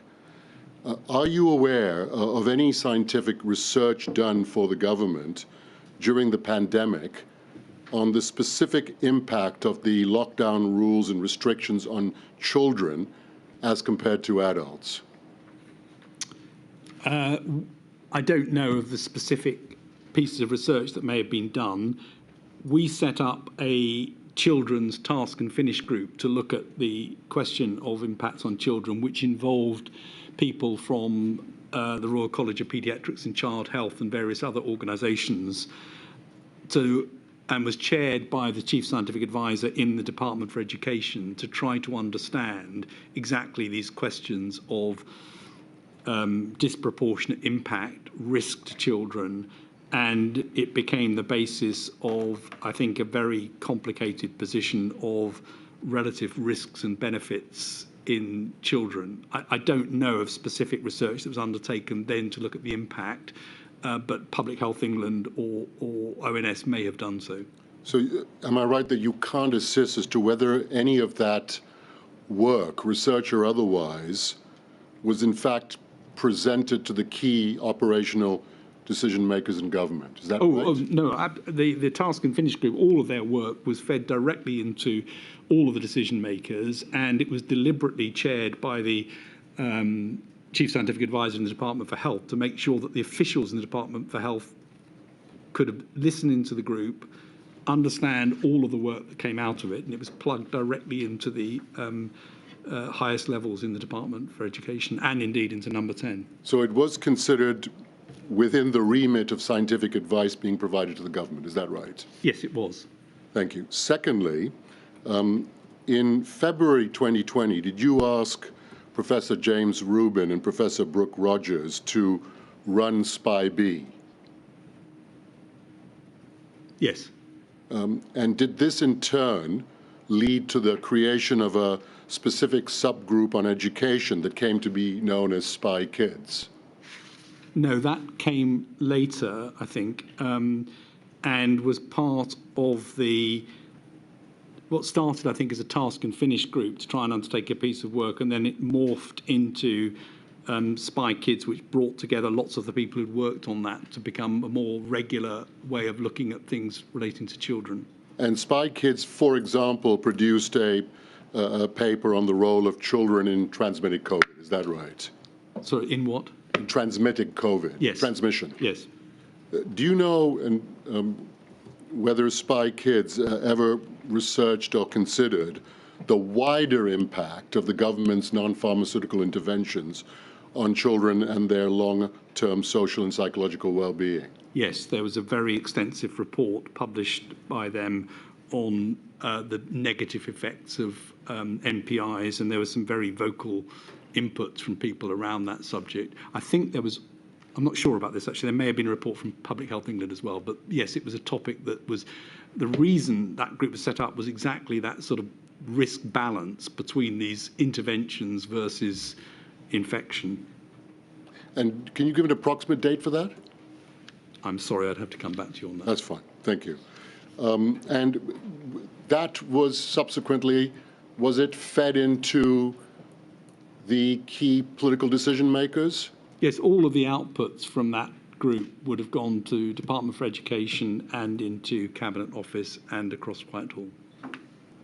And that material would have recognized, I think you're saying, that there were differential impacts in relation to non-pharmaceutical interventions vis-a-vis children and adults. Is that right? It was certainly focused on the impacts of school closures on children's mental health and well-being.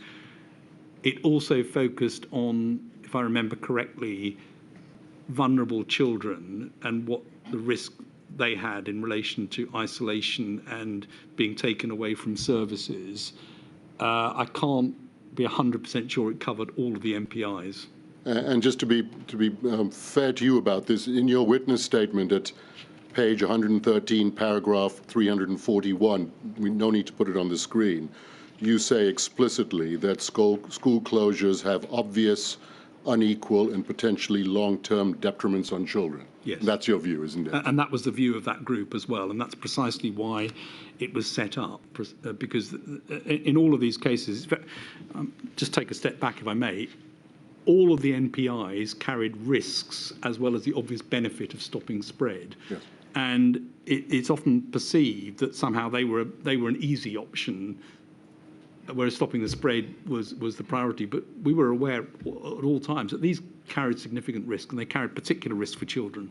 Thank you. And thirdly and finally, I have a question for you about something that appears in your handwritten notes. I don't think I can put this on the screen. I don't think I'm allowed to, but I'll just give the reference for the record. It's INQ 000280061, page 223.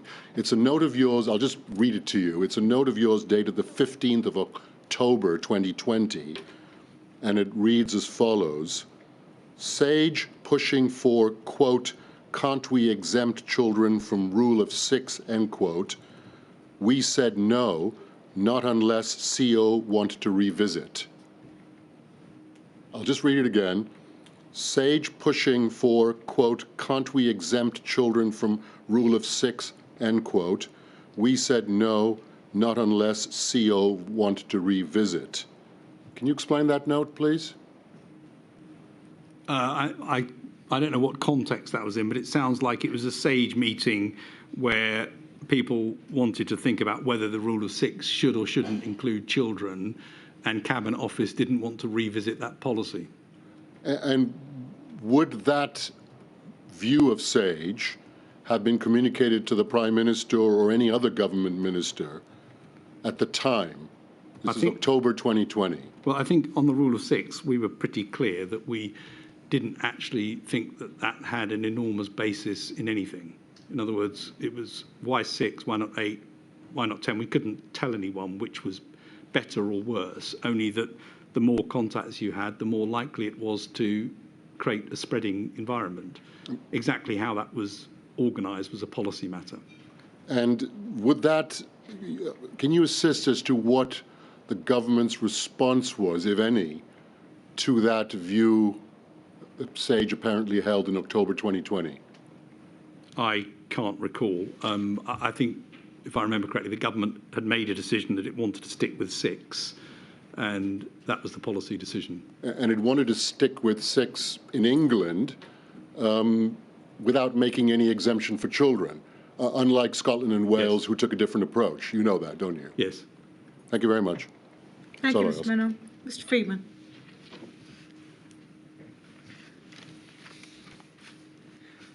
Sir Patrick, I act for 4 national disabled people's organisations. Can I ask you about representation on SAGE and related expert groups? And Mr. Dale, to my left for FEMHO, has asked you today about your statement at paragraph 552, that it was entirely foreseeable, in effect, that pandemics as a rule have the greatest impact on those who suffer from pre-existing structural and health inequalities, and we would take it disabled people fall into that category. And today you've called that, quote, an historically true statement. In your Module 1 oral evidence, we needn't go up to it, but it's day 8, 22nd of June, 2023. At page 165, line 5 to 23, you told the chair, on reflection, that it was a, quote, terrible, terrible truth, and it's something that we all need to reflect on, that all pandemics feed off inequality and drive inequality. And you added that awareness of issues of inequality ought to have been, quote, embedded right from day 1. It needs to be one of those questions on the first stage, as you put it. What are the issues around inequality that you should be thinking about now in terms of science advice? And you added others need to think about it in terms of operational planning. Now, given that foresight, why was there not more representation of those with insight into the predicament of those groups embedded from day 1 into SAGE? Well, I think the insight was that that would have been helpful. We didn't do that on day 1. We had a number of scientists looking at specific areas. I think my statement actually is that there is a policy and operations group within Cabinet Office that deals specifically with disabilities and inequalities, and that's really where this should be driven from. We should, though, have looked at it more in SAGE, I think. Yeah. So, in effect, you should have, and as it were, HM government, as your client, should have pushed you more to consider it. Well, yeah, definitely this is an HM government issue, because they have a unit that focuses specifically on this, and they could have fed us a question.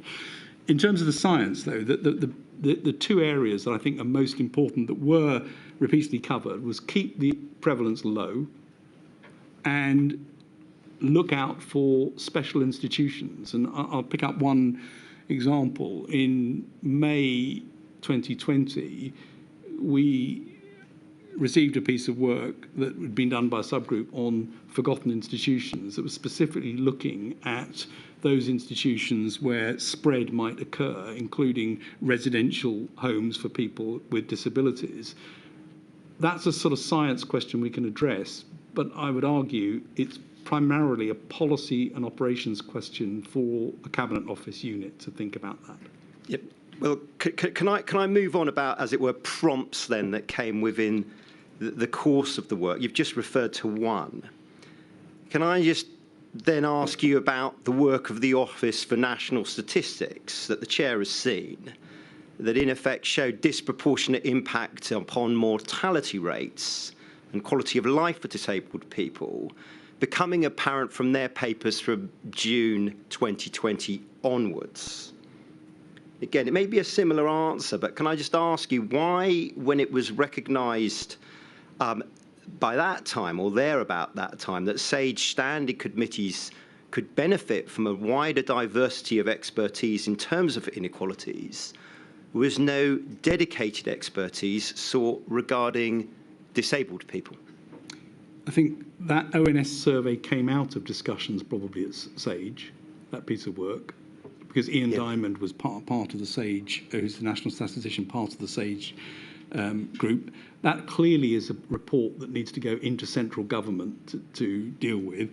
As I said, I think, and I said this in my module 1, I think this is an area where it should automatically happen in SAGE going forward, and it didn't. Is that the answer to my question about why no dedicated expertise? Because that's, I just want to push you on that. My question is why, when this kind of data is coming out, whether you've been involved in commissioning it or not, is thereafter there's no dedicated expertise sought regarding disabled people into SAGE and its dedicated subgroups? I think the dedicated expertise needs to sit somewhere else and ask questions of SAGE, which we can then potentially bring people in if we needed to. But I think there's a danger. I mean, SAGE is not the operational or the policy organisation, and it's not the place where these sorts of things need to be turned into action.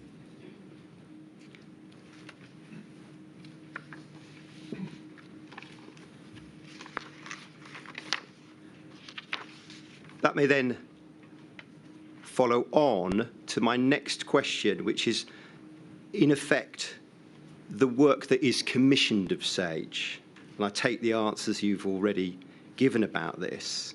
But you've given a list of, not all, but many of SAGE commission's pieces of work, just for the record, at page 180, at paragraph 554, and it's A to P of your statement subparagraphs. Now, none of the list there is dedicated in its focus to the disproportionate impacts of the COVID-19 pandemic upon disabled people. And we found no dedicated SAGE paper of that nature. Now, we understand that SAGE supplies the advice it's asked to supply from HM government. But again, why no dedicated focus? Is it simply that you weren't asked? Well, I'll go back a bit to an answer that Professor Kamlesh-Kunti gave in relation to a similar question, which is the science advice was largely around making sure that the prevalence was low, making sure that those people who are particularly vulnerable were protected, and making sure that there were mechanisms to provide that shielding that others needed to put in place were the key things that we needed to do. So many of the papers here are highly relevant in terms of what somebody needs to do, even though we weren't specifically talking about disabilities. That is, again, where the advice from SAGE comes out in terms of science. Here are some principles. The operationalisation of that needs to be done by teams with a dedicated focus. And I do think that's one that needed dedicated focus. Yes, well, we understand that. We've heard from the Minister for Disabled People in terms of what was done or not done by the Disability Unit. But if we stand back and we think of the problem, for whatever reason, the HM government is the client and its dedicated units don't ask the question or seek the advice from SAGE, then again, does that not underscore that actually sometimes the expert advisor needs to have people with that focus on its main groups or subgroups in order to prompt its client to think about those kind of matters? Which is why in statement 1 I said, yes, I think that needs to happen. And I think that would have been helpful, and we didn't have it. And it would be useful going forward to have a specific focus on that question, just to make sure we are getting the right questions coming to us. But I do think it's not a good system for government to rely on a group set up to give science advice, largely filled with academics, to try and plug holes elsewhere. Finally, may I ask you about the risk posed by COVID-19 virus to the learning disabled and particularly those with Down syndrome? Professor Watson and Shakespeare have given evidence to the inquiry to the effect that prior to COVID-19 pandemic, it was well established that respiratory disorders are the predominant cause of death for people with an intellectual disability, and hence those experts on disparities relating to disabled people regard the failure to identify those with intellectual disabilities, and particularly those with Down syndrome, early on as a missed opportunity. Now, again, acknowledging to you and reminding myself, SAGE is not directly responsible for these lists of clinically extremely vulnerable and the like. Others are in their medical matters. But should those with Down syndrome have been on the clinically extremely vulnerable list throughout the pandemic? And if not, should they have been added sooner than the 2nd of October, November 2020, when we know that revised letters were sent out to GP practices and the various healthcare bodies to that effect? So the list of vulnerable and extremely vulnerable was entirely within DHSC, and a matter for the medical community to define. It didn't come to SAGE, it wouldn't be expected to come to SAGE, and so I don't think there was any input, indirect or direct, on that, nor would I expect there to be. In terms of what do I think, I'm not an expert in this area, but I think it is well understood that people with Down syndrome do have an increased infection risk and therefore do carry a vulnerability. Thank you for that. I've understood your answer about division of labour on this, but if I could just ask you one more point about it. We know, again, it's a separate structure, but the nerve tag clinical risk stratification subgroup in June 2020 had issued papers recognising high risk, at least on the modelling in relation to those with Down syndrome.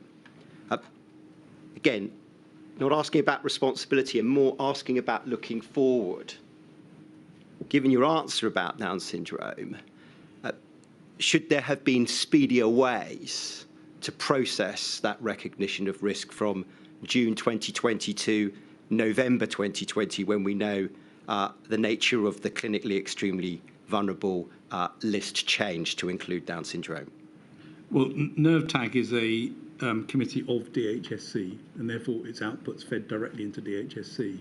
I think these questions are really best addressed to somebody in DHSC or the CMO. They weren't SAGE questions. They were very important clinical questions and very important operational matters. But I wouldn't expect them to come to SAGE, and I don't think putting SAGE in the middle of any future plan around this would be a sensible action. Thank you. Thank you, Malay.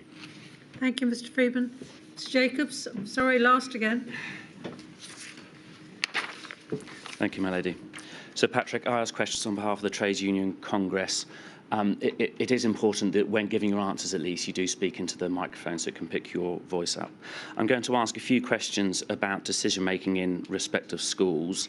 Of course, the detail will be the subject of a future module, but I have a few questions about the general approach to decision-making.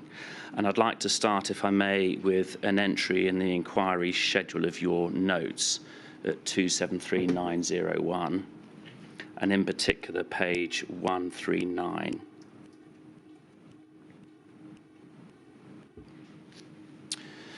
So when it arrives, we're going to be looking at an entry from the 6th of August, 2020, a PM COVID-S meeting on schools, quote, "Don't want to hear about plan B and C for failure. I just want all pupils back at school," unquote. And then a further quote, "We are no longer taking this COVID excuse stuff. Get back to school." Firstly, are those quotes from the Prime Minister? Or quotes of what the Prime Minister had said? It looks like it. The context, of course, Sir Patrick, is looking forward to schools reopening that September. Is it right also as a point of context that at that time, you and others in around July and August 2020 had been raising some concern about the potential path of the virus over the winter months and the risks associated with lifting various NPIs at around that time? Yes, we had raised the risk that prevalence was increasing and would continue to increase. And I had commissioned a piece of work from the Academy of Medical Sciences. I'm sorry, I'm going to have my back to you. So not at all. Academy of Medical Sciences on just called Winter, to take into account all of the things that government needed to consider. And our view was that the increased lifting of measures would drive an increase in prevalence, and that inevitably that starts to put pressure on the remaining things that were open.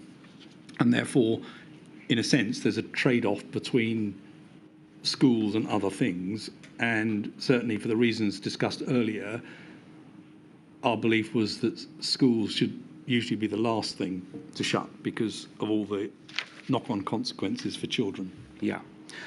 Sir Patrick, given those consequences, schools being open is obviously hugely important.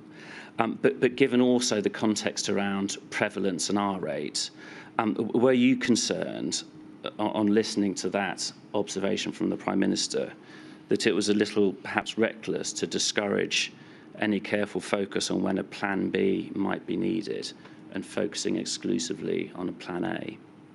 Well, as you might imagine, I was rather focused on evidence-based plans, and that there needed to be a series of scenarios, not a single option. Yes. And give us a sense of the importance of those scenarios being considered in advance rather than just holding tight to the plan A of schools open.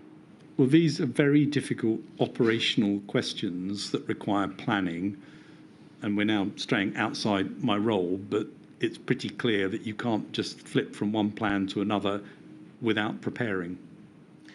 So, Patrick, you spoke earlier in your evidence about meetings going round in circles. Is it quite a simple consequence of having plan A but no plan B or C, that one ends up in the face of very difficult issues just going round in circles? It makes it much more of a binary choice, and it makes it much more difficult, I imagine, to operationalise if you do need to change. With that in mind, I'm going to look at just, I think, 2 entries in your notes in which you describe subsequent decision-making. The first in the same document is page 181. And this is from the 16th of September, so just 6 weeks or so after the have a plan A but no plan B or C.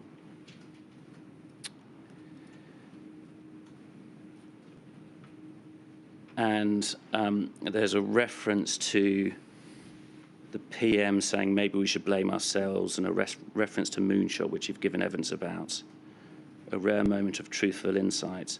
And then you say complete chaos over schools and what they should do. No one had any answers. So, Patrick, give us a sense of what the complete chaos was and why it was that no one had any answers. I really don't know. I mean, that was my observation that day. There was obviously a meeting where it didn't sound like they were getting anywhere, and there were a lot of things that needed to be addressed. But I'm sorry, I don't think I can add anything to what that scribbled note said. Might it have been early indications of the R rate going up? Oh, well, we knew by then the R was increasing and the prevalence was going up, and we were worried about it. Were you particularly worried, Sir Patrick, in the absence of a plan B? We were worried that action would need to be taken of some sort, and that needed to be defined. And I think I'm right in saying that 5 days after this, Sir Chris Whitty and I held a press conference where we described what we saw as a dangerous emerging situation. Yeah. The next entry is at page 339 of the same document. It's an entry of the 3rd of January 2021. That was a day before primary schools were sent back for 1 day, wasn't it, Sir Patrick? We see it says, the NHS in London is in real trouble. The government needs to lock down more firmly and to take the advice on schools. Called Chris and agreed he should pull a group together to listen directly. He is worried about individual extremist views. Schools is a complete mess, largely due to Department for Education. Why did you make the observation at that stage that schools was a complete mess? and largely due to the DfE, the Department for Education? I mean, I was obviously frustrated that evening. I was obviously very concerned about the rising rates, and that London, I do remember, really looked like it was in big trouble at that moment. And that schools were considered to be an important part of the spread of what then I think was the Alpha variant that was spreading very rapidly throughout the younger part of the population. So I think that's the background to this. I really don't know why I said schools are a complete mess, largely due to DfE. All I can say is that's clearly what I came away with, an impression from the meetings that took place that day. In terms of your impression of meetings, not necessarily that day, but over the course of that first year of the pandemic, did you form a view as to the effectiveness of the working relationship between Number 10 and the Cabinet Office and the Secretary of State for Education? I had many discussions with the Permanent Secretary at DfE, who was really trying to get on top of this and to understand the advice on schools. And I know there were some very strong views held by the Secretary of State there, and those views were discussed and sometimes taken up and sometimes not by Number 10. It didn't seem to me that there was necessarily an alignment between what was going on at the political level, and there was attempts by the Permanent Secretary to try and draw some structure to what was happening in DfE around this area. You described there wasn't necessarily an alignment. Is that a slightly delicate way of putting it? How would you describe the extent to which there was a sense of coherent planning between Number 10 and the Secretary of State for Education? I was worried that the school's planning was not under control and that there wasn't a very clear plan as to what would happen and why it was going to happen and how it would be implemented. In terms of trying to understand why it might not have been under control, could we look at page 605 of the same document, the schedule of notes?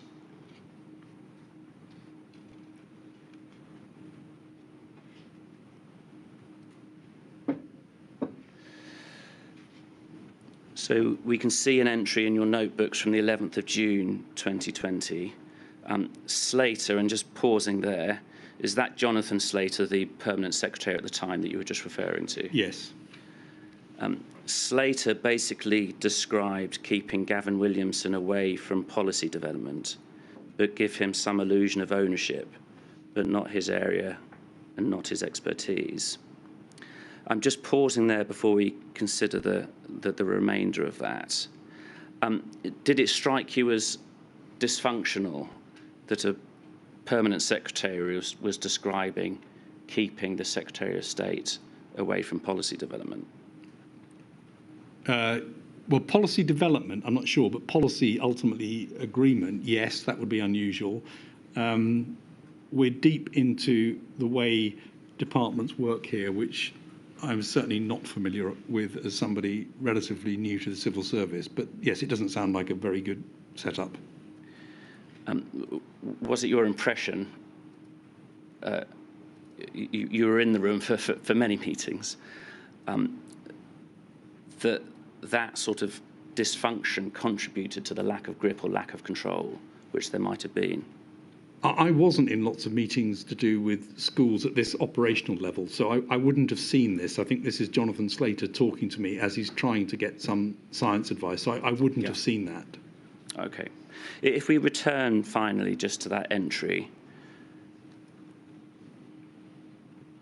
it finishes, quote, "I don't know what Gavin's plan for schools is, but probably pretty feeble," unquote, PM. Is that the Prime Minister stating in a meeting in June 2020 his view of his Secretary of State for Education? Well, that's a quote which I wrote down on that day from the Prime Minister about the Secretary of State from a meeting. So I think I can't say any more than that, other than that's what presumably was said. to the extent that you were aware from being present in meetings, is that indicative of a confidence or lack of confidence that key people such as the Prime Minister had in the Secretary of State for Education? I think that's a question that really needs to go to the Prime Minister, but I have to say a lot of these statements seem to fly around number 10 about a lot of people. Which we may have seen.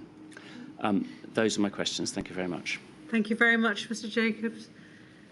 That's all for Sir Patrick. Sir Patrick, again, extremely grateful to you for all your help and your insight and for your patience in staying with us all today. I'm sorry I can't say goodbye as yet. I'm sorry for your point of view, but tomorrow we'll sit again at 10, and then just so people can make their plans, because we've got so much to do this week, I'm sitting at 9:30 on Wednesday and Thursday. Thank you very much.